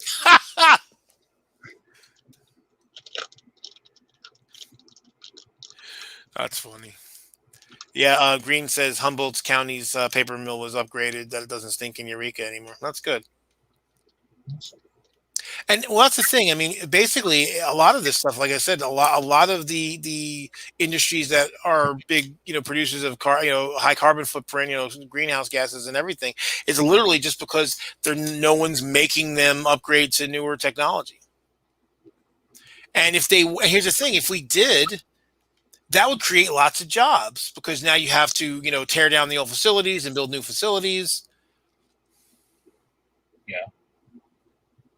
I know for my part, I've been switching to more renewable resources as far as art media. And I have almost all of what it would take for me to plane wood that was, from down trees in people's yard where they put the wood out on Craigslist and say free wood. And now I'm just getting picky about which woods I pick up. Mm. Because there's certain woods that when they dry, they crack a lot. Mm. And I wish I could, use all of it for all sorts of art. But using slices of certain woods like aspen and pine, that's very easy. But elm it stinks and it cracks. Yeah, we had a big oak tree in the back of the house, but it was starting to lean heavily over our house and the neighbor's house, and we were just picturing this coming down and smashing both houses in a storm. So we had to have it taken down, and it was a good thing, because the guy, after it was taken down, the guy was like, "Yeah, this thing had 2, maybe 3 year stops before it came down." In any kind of big storm. So, but we had him leave us 2 big cuts. Unfortunately, I left it out in the elements and eventually rotted. But they were 2 really nice, like 4-inch thick cuts of oak that were probably 3 feet around. There's a lot of wood that it doesn't matter what size or shape the cut is. A heart of oak, a heart of ironwood. There are artists that would use it. Oh, yeah. Yeah, like I said, that's why I kept it. But then, like I said, I was like an idiot. I was lazy, didn't move it. If I moved it into the garage, it probably would have survived. But I didn't. Actually, I probably could have had the guys move it there for me, and just didn't think of it. So interesting. So the paper mills were forced to upgrade because the surfers were getting serious medical problems, and one of those surfers was a lawyer. Well, hey, good. Whatever it takes.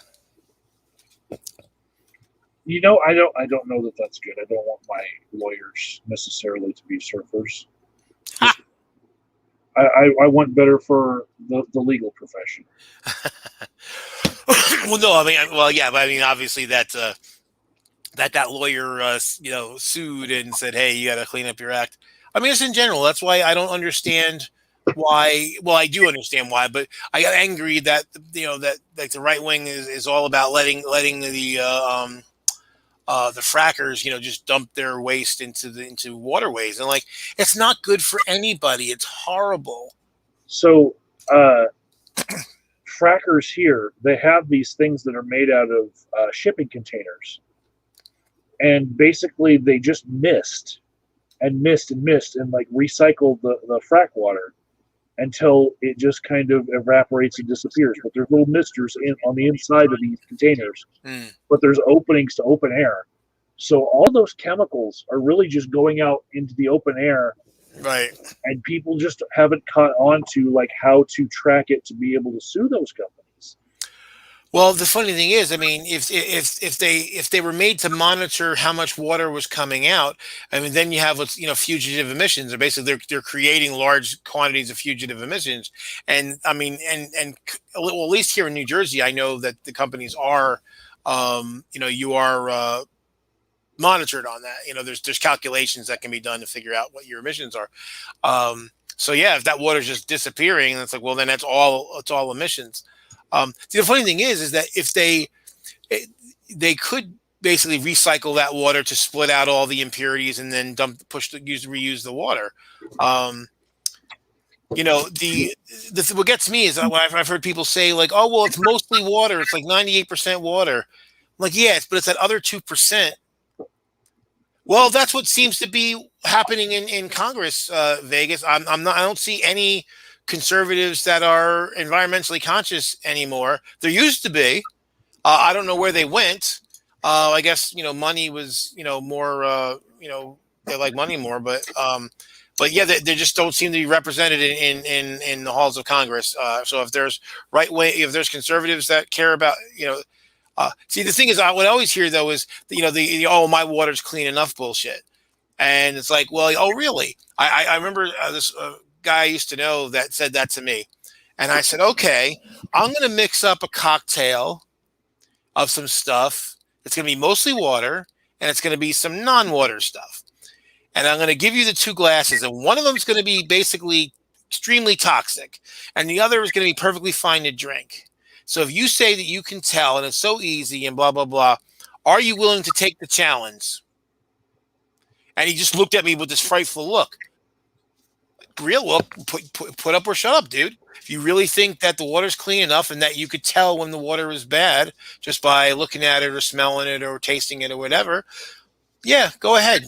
And then the fact that he wouldn't told me everything I needed to know, that he's full of shit. And it's just an excuse to not do anything because it might cost the company a few bucks to not put poison into the groundwater. And that's the thing. I'm not anti-industry. My business depends on industry. I am absolutely dependent on industrial processes continuing. But on the flip side, I also don't want those processes poisoning me. Whatever, Costco, which is one big part of the problem. I mean, basically, the fact that your water probably doesn't taste good enough to consume out of the tap, and it's not because it's not the water coming out of the ground probably. And if you're going through a water treatment plant, the water treatment plant's certainly making the water drinkable, but it's the pipes, these ancient ass pipes. I mean, there's places in New Jersey that still have wood pipes. The Green Machine had a brilliant allusion to the Princess Bride, and I'd just say Joe putting the drug in both glasses would just be inconceivable. I don't even know what iocane powder is. I guess that's some like thing from Princess Bride. Yes, like magical power thing. But well, like phenols are toxic. I think it's like 0.1% or something like that. And while phenols have a distinct smell, they smell you can't smell it at a level where it's still toxic. Now it won't kill you outright, but over any kind of continued exposure will kill you. You've heard that bisphenol could come out of bottled water, right? And you know that it comes out worse when you leave that bottled water in the sunlight. Right? And Vegas is in the chat saying that he buys his water at Costco the way Americans should. I hope that he's not putting it in direct sunlight, like having it in his truck where the truck's baking at 100 degrees or more all the time, and then he finally reaches for the water. That'd be bad.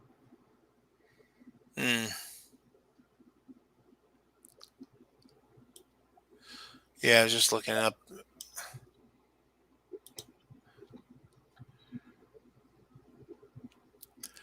Well, that's the funny thing, yeah, because it's in epoxies as well. And epoxy, yeah, you don't want to. Epoxies are nasty. The horrible thing about buying water from Costco is like the more people do it, the more we have more garbage to take care of that we really didn't need to have. And it inserts this middleman into the water supply where they're charging you so much money for water that you used to be able to just get from your tap. Yeah, I figured it out. The if we actually spent the money to upgrade, the water infrastructure, I basically just looked at it as, okay, how much money do we save by not buying bottled water? I don't remember the number off the top of my head, but there's a number that's out there, how much we spend per year. The turnaround was that after 15 years, we actually start saving substantial money, because obviously initially you got to spend a lot of money to put the infrastructure in. But basically, after 15 years, it's all paid for, and then that infrastructure will last probably a good 50 years. So then we basically save money for 35 years and not have to buy bottled water. And then you say we don't have the middleman. We also don't have all the extra plastics and all the carbon footprint from getting the water from the sources to the people. Because yes, you have to pump it around, but pumping stations use a fraction of what it costs to actually truck bottles of water places. And the microplastics that are getting into our food supply that we're then eating and Yep. bioaccumulate within us. I've seen some pretty good arguments for going vegan lately, seeing as all the fish that I would have been eating from the ocean has microplastics in it now. Ugh. Yeah. There's well, and the problem I have is there's so many people who just don't think it's possible for us to be able to do damage, like whether it's for their religious reasons or they're just anti-science or just really fucking stupid. So how could we possibly do damage? And it's like you look throughout history, and there's even when humans were not as plentiful on the earth, species we've wiped out and many climate conditions that we caused, at various times, epochs in history. It's like, there's tons of evidence, but they just don't want to hear it. And people just don't want to modify their behavior. Yeah. And if they don't want to hear the climate change argument, if they think that the science is being given to them from faulty sources, they're just trying to strip one political party of political power and kill certain industries to destroy America. What you could do is just look at the cancer map of America and how it pretty much follows where all the refineries are. Yeah. That's where the most incidence of cancer is. And then, make your decision based on that. Do we want to have more people getting cancer? Yeah. I mean, well, part of the problem though is like, when you make the argument, about going to renewables, and then you say, well, solar is not viable because it's dark at night. And it's like, yeah, but the wind blows all day. Also, there's these neat things called batteries. Yeah. And as far as people who have been installing alternative sources of energy in their homes, like the little tiny wind turbines and the solar cells, when they connect to the grid, that grid can also have batteries on it. Yes. If we were to update our infrastructure. Well, and I'm all for nuclear, Vegas. I am not an anti-nuclear person. I am pro-nuclear, but it's not alarmist anymore. I mean, we're seeing the effects already, and it's going to get worse. Even if we stopped, producing carbon tomorrow, which obviously we're not going to, it's going to get worse for a long time. So, I mean, I know people have been saying the problem is that, the people have been basically claiming that we've been alarmist for a long time. Now that the effects are here, there's actually some of them that are saying, oh, well, let's just turn into the skid, they're saying, just make the most of it. They're not even saying it's not happening. There's some of them are saying make the most of it. And that's really shitty attitude. Basically, is the idea, because the worst of it won't happen until most of us are dead. So who gives a fuck, right? I'm giving a fuck right now. I have to run my air conditioner right now in June, or I would be dying up here just Oh to yeah. do the show. Oh yeah.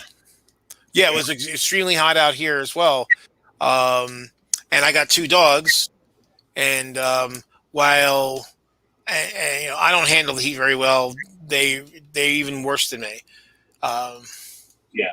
You don't want your dogs panting all day. yeah. That's just dog abuse. Well, as it is, I mean, when it was hotter the other day, my dog Molly, I was actually concerned. I was thinking about bringing her to the vet because her breath rate was about double what it should be. Eventually, she kind of chilled out, but I was very concerned. Um, I joked and told Misty that I wanted to shave our dog, and I think I'm winning her over to my joke. hmm. She's actually serious. Like, yeah, would you mind if we used your trimmers? And I kind of want to go buy some special dog shears to keep my shears separate from the dog shears. But yeah, she sees her dog and she cares, and Yeah, dogs picking all the time. yeah. But well, I'm gonna need to cut short tonight because I am traveling to Amarillo, Texas tomorrow for a week. What's in Texas for you? It's actually a little gathering of some friends, or gaming buddies. I'll say they're not all friends anymore, but basically we're going to be playing a game called Federation and Empire for the entire week. And we used to play it at the Origins Game Fair in Columbus, but they stopped letting us have our own room, and because the game requires to be left set up for the entire time, it was no longer safe to go there anymore. So yeah, well, why? I mean, the reason why people are nuclear phobic, Vegas, is because the media did a pretty good job on it in the 70s and 80s, and quite frankly, the nuclear industry didn't do themselves any favors, with 3 Mile Island and a few other instances. So it's kind of a shared responsibility. But I think that. We absolutely can do nuclear safely. Let me look at the Navy. The Navy, the aircraft carriers are all nuclear. We don't have nuclear cruisers anymore, but we have nuclear subs. The French philosophy on doing nuclear power was, instead of doing two or three, one or two or three large reactors at one site, that they would do 10 reactors, 10 smaller reactors, and so that they're normally running 5 or 6. They could peak load up to 9, but there's always one reactor that's down for maintenance, that they're doing inspections and they're replacing anything that's off with it. So so there's a high degree of reliability, low risk of any sort of accident, because they're constantly taking care of them. Yeah, and I think we now have the technology so that some of the smaller style reactors that we could build here in America would use what would be considered the nuclear waste of the other reactors we have. They're much more efficient in their use of the fuel. Right. And so we could get a lot more out of it. Yeah, and then also the French back in the late 90s developed a process to basically reprocess spent rods. Mm-hmm. And I think that I want to say, I'm going by memory, so I could be off, but the recovery rate was like 70%. So that whatever, you got a dead rod, you reprocess it. Now you got 70% of the material you need for a brand new rod. And now you just 30% that's a waste. So instead of 100% it being wasted, basically cut your waste down to about 30%. Plus the fact that since you're recycling, that means there's less uranium that you have to pull out of the ground, which is a good thing. Yeah. Yeah, solar, wind, and nuclear, I think would be a good new energy triad, and we're getting there. I mean, the thing that's interesting is that we've already reached the point where renewables are actually cheaper to operate, and they per kilowatt, that produced than fossil fuels anyway. So, leaving aside all the environmental reasons, there's a business case now to go toward renewables and get away from fossil fuels. Well, well, the thing is, it's not in either or though, Vegas. That's the whole thing because you got to remember you can't put a nuclear reactor just anywhere. There has to be very specific circumstances as to where you put it. Can't put it on a fault line. There has to be a large source of ready water. There's certain of a certain volume, a certain flowing volume. So you literally cannot put a nuclear plant everywhere. Well, no, it's just like I said, it's engineering. You have to have the water source, otherwise you end up destroying the local environment. So you can't put it just anywhere, but put it where you can, and then use the the other renewables as a balance. So because you can put wind most places, you can put solar most places. In fact, if we actually fix the grid, it would make sense to have most of the solar production in the Southwest, where there's the most sunlight hours, in the country. And if we had good low impedance transmission lines, you could produce a lot of the solar power in areas where it's the most efficient, because it's obviously less efficient to put a solar panel in New Jersey as it is to put the exact same panel in Texas or in Arizona or New Mexico. So, you could have these, and there's lots of empty land that you can build these huge fields on. Same thing with wind. So, the Midwest is actually the perfect place to put wind because you have the open plains and a lot of wind and a lot of wind blowing. The Dakotas actually be a great place for wind farms. But the problem is we haven't had a national energy policy at all to speak of since Jimmy Carter. In fact, he's the only president to ever really have a national energy policy. But you really have to start looking at it as, hey, we're looking at the infrastructure on a national level and not at a local level, and we're going to say, okay, where's the best places in the country to put the generation places based on the type of generation, and then what infrastructure do we need to get that power to the people who need it wherever they live. This Federation and Empire game, does it have anything to do with Star Trek? Yes, it does. Okay. Yes, Federation and Empire is the strategic component, the strategic companion to another game called Starfleet Battles. And Starfleet Battles is based on the original Star Trek, plus some additional races that the guy who designed the game added whole cloth. Now, so you have the show races. You have the Federation. You have the Klingons. You have the Romulans. You have the Gorns. You have the Kazinti, who are actually on an episode of the animated series. And then the game designer invented a race called the Lyrans, a race called the Hydrons, and an empire called the Interstellar Concordium. And then there's other minor races that are kind of off the main map, but they're not of any. Yeah, so Green Machine, you used to play SFP, cool. So Federation Empire is the Starfleet Battles is the tactical game. Federation Empire strategic game in the same game universe, if you will. And so I am, I do not, I like the original Battlestar Galactica, and I do not like the newer Battlestar Galactica. Yes, the Andromedans and Tholians, Green, that's right. Yeah, the Tholians were on the show. The Andromedans weren't called that. It was remember the episode where they turned people into the little, like, desiccated protein bars? I forget the name of the species, but basically they were from the Andromeda Galaxy, so that's the Andromedans.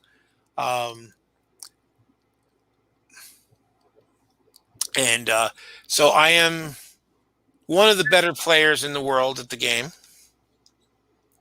I won't say necessarily the best, but I'm one of the best. And one of my teammates for the game that we're playing is also one of the better players in the world. So we have the advantage. Okay. So it should be fun. Although we're both a bit rusty, we haven't played in a while. So so it depends on how we play after. Well, no, I think the new Battlestar Galactica is Heresy Vegas. I mean, basically the original show, not counting that awful Galactica 1980, which was just a train wreck.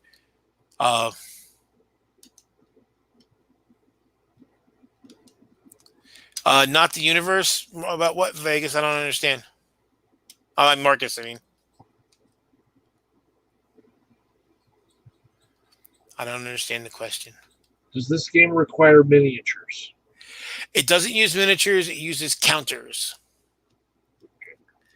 And basically, in any given turn, you start off, you figure out how much economic, how much what your economic output is each turn based on what planets you occupy and provinces and so forth. And then you build your production. You have a production schedule that you can build ships and other units, and you build those, and then you move your units out, and then then after at the end of movement, the other guy can use reserve forces to kind of go to places you've gone, and then you have combat, and then you retrograde, and then the other guy goes. So you got to take turns, and while you're moving, if you move close to an enemy unit, he could potentially react to your movement. So it's kind of like a 6D chess. Okay. Oh, best! Oh, you mean best in the universe? Well, see, I'm not aware of any players from any other galaxies or planets, so I can't claim to be one of the best in the universe. Well, I mean, I guess if Federation Empire is not played on any other planet, then yes, I could claim to be one of the best in the universe.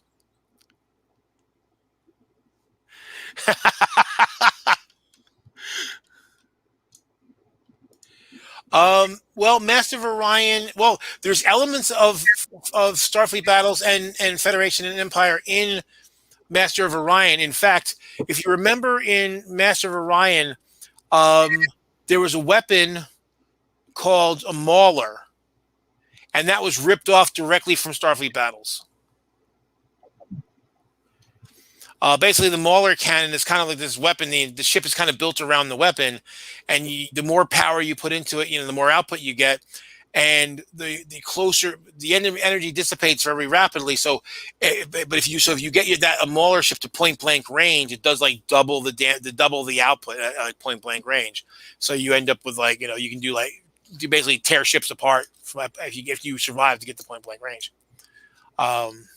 Are there any costume requirements for playing this game?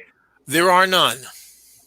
And the group of guys I play with are not the costuming kind of guys. Okay. Well, if I were near the top of the heap as far as playing a game like that, I might go to the tournament with a championship belt of some sort to rub it in. Well, I mean, here's the thing.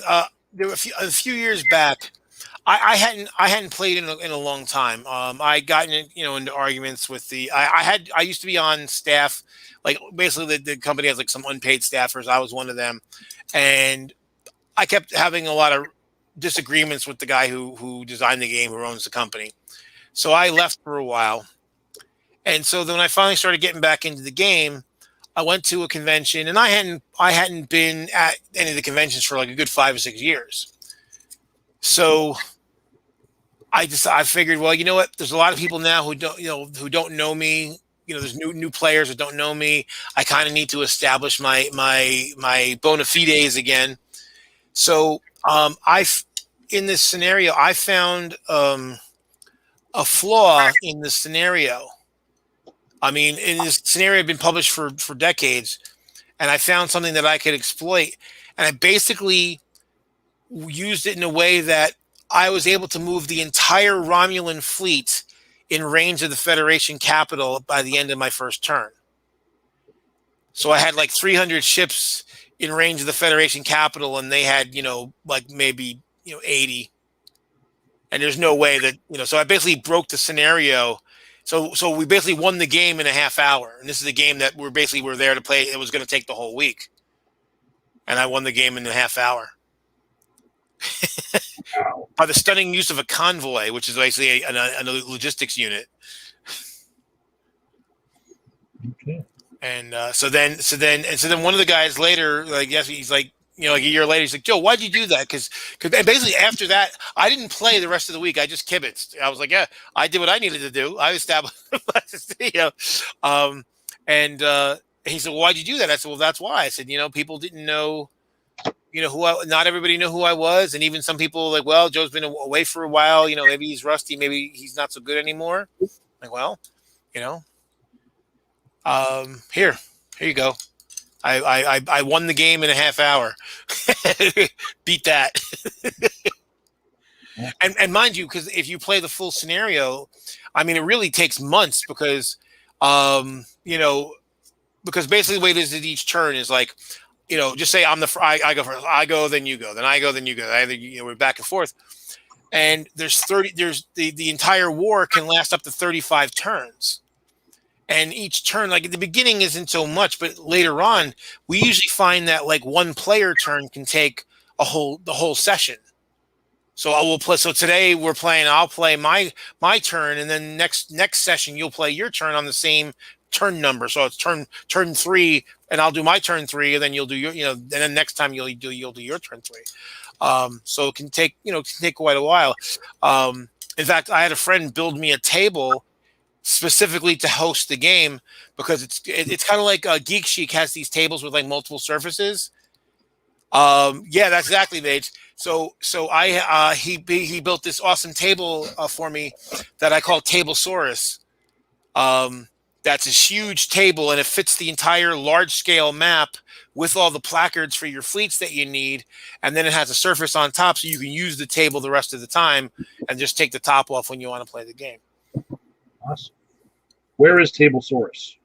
Tablesaurus is in my basement, and what ended up happening was my friend Tony, he kept redesigning it as I'm telling him, oh, I wish I could do this, I wish I could do that.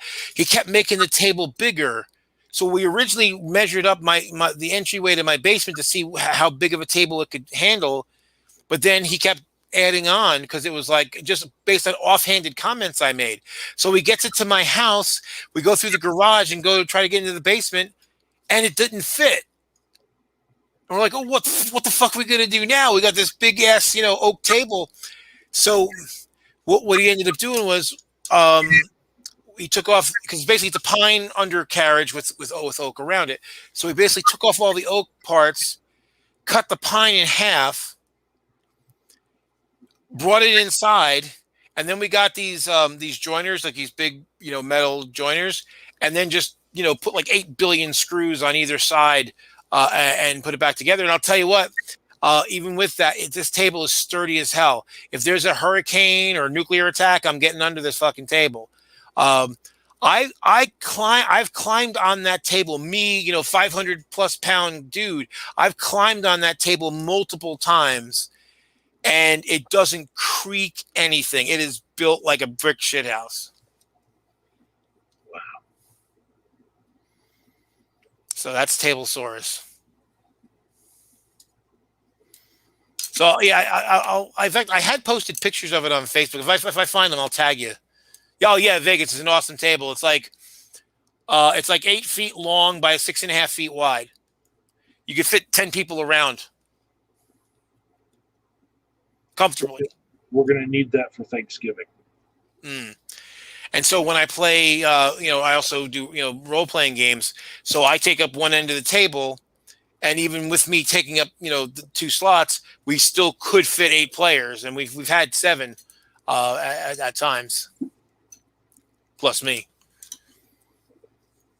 So that's Tablesaurus. So it was actually bigger than any of the tables that Geek Chic made. So it cost me because my friend didn't charge me for the labor; he just charged me for the materials. So it was like $1,700 because oak's expensive. Although he figured out that he could redesign it and use less material, be less, more efficient. But basically it's cost me. But Geek Chic was selling tables not even as big as that for $20,000. What? Yep. Oh, take care, Vegas. And but yeah, so that's what's going. So like I said, unfortunately, I'm going to need to quit tonight because I gotta leave. My friend Pete's coming tomorrow at 6:20, and we got to be on the road by 6:30 to get an 8:30 flight to go to flying to Dallas and then we got a rental car, and then we're driving from Dallas to Amarillo. It's a 5-hour drive. The problem was that the choice was either a 1-hour layover, which is not enough. If you've ever been through Dallas, is not enough time to to get around Dallas, especially if you have to switch airlines or anything like that. And it was either that or like 3 hours and 40 minutes. And well, now when you're at 3 hours and 40 minutes, when you count up all the other time, it's like, you know what? Might as well. It's a 5-hour drive to Amarillo. Might as well just fucking drive. Because if we took another flight, we still have to get a car. We still have to do all that other shit. We have to wait for the flight, And my car's not going to fall out of the sky. I can stop the car and take a piss anytime I want. I can get food if I want to, real food and not the airline garbage. And I don't have to go through the constant humiliation of being on these fucking these tiny ass airline seats. It's a bonus. So car. So all right, guys. Happy Juneteenth. What's that? Happy Juneteenth. Thank you. Happy Juneteenth to you and my formerly enslaved ancestors. I'm sure would be happy that there was that this kind of progress. We still have a long way to go, but they would be happy that America finally collectively is celebrating it, and not just us darker folks. And I'm happy too that my formerly maybe not enslaved but maybe enslaving ancestors would be pissed. So it's good all around. Good deal. All right, take care, everybody. Thanks for anyone who came in. Thanks for coming. Next week, I will still be on my trip, so we'll need somebody else to host.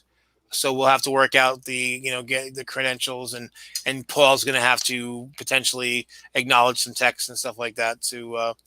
But yeah, so hopefully we'll have a show next week, but I won't be part of it. Okay. All right, take care. He left me live. I can't control anything, and yeah, I'm not going to do what happened last time because when we stayed too long. Oh, there you are. Yeah. So okay, I'll do this. That one time where we stayed, and then we saw Paul at the end. Yes. It was yeah. Thank you for coming back and killing the show. Yeah. I'll do this. I'll kill it properly this time. All right, take care.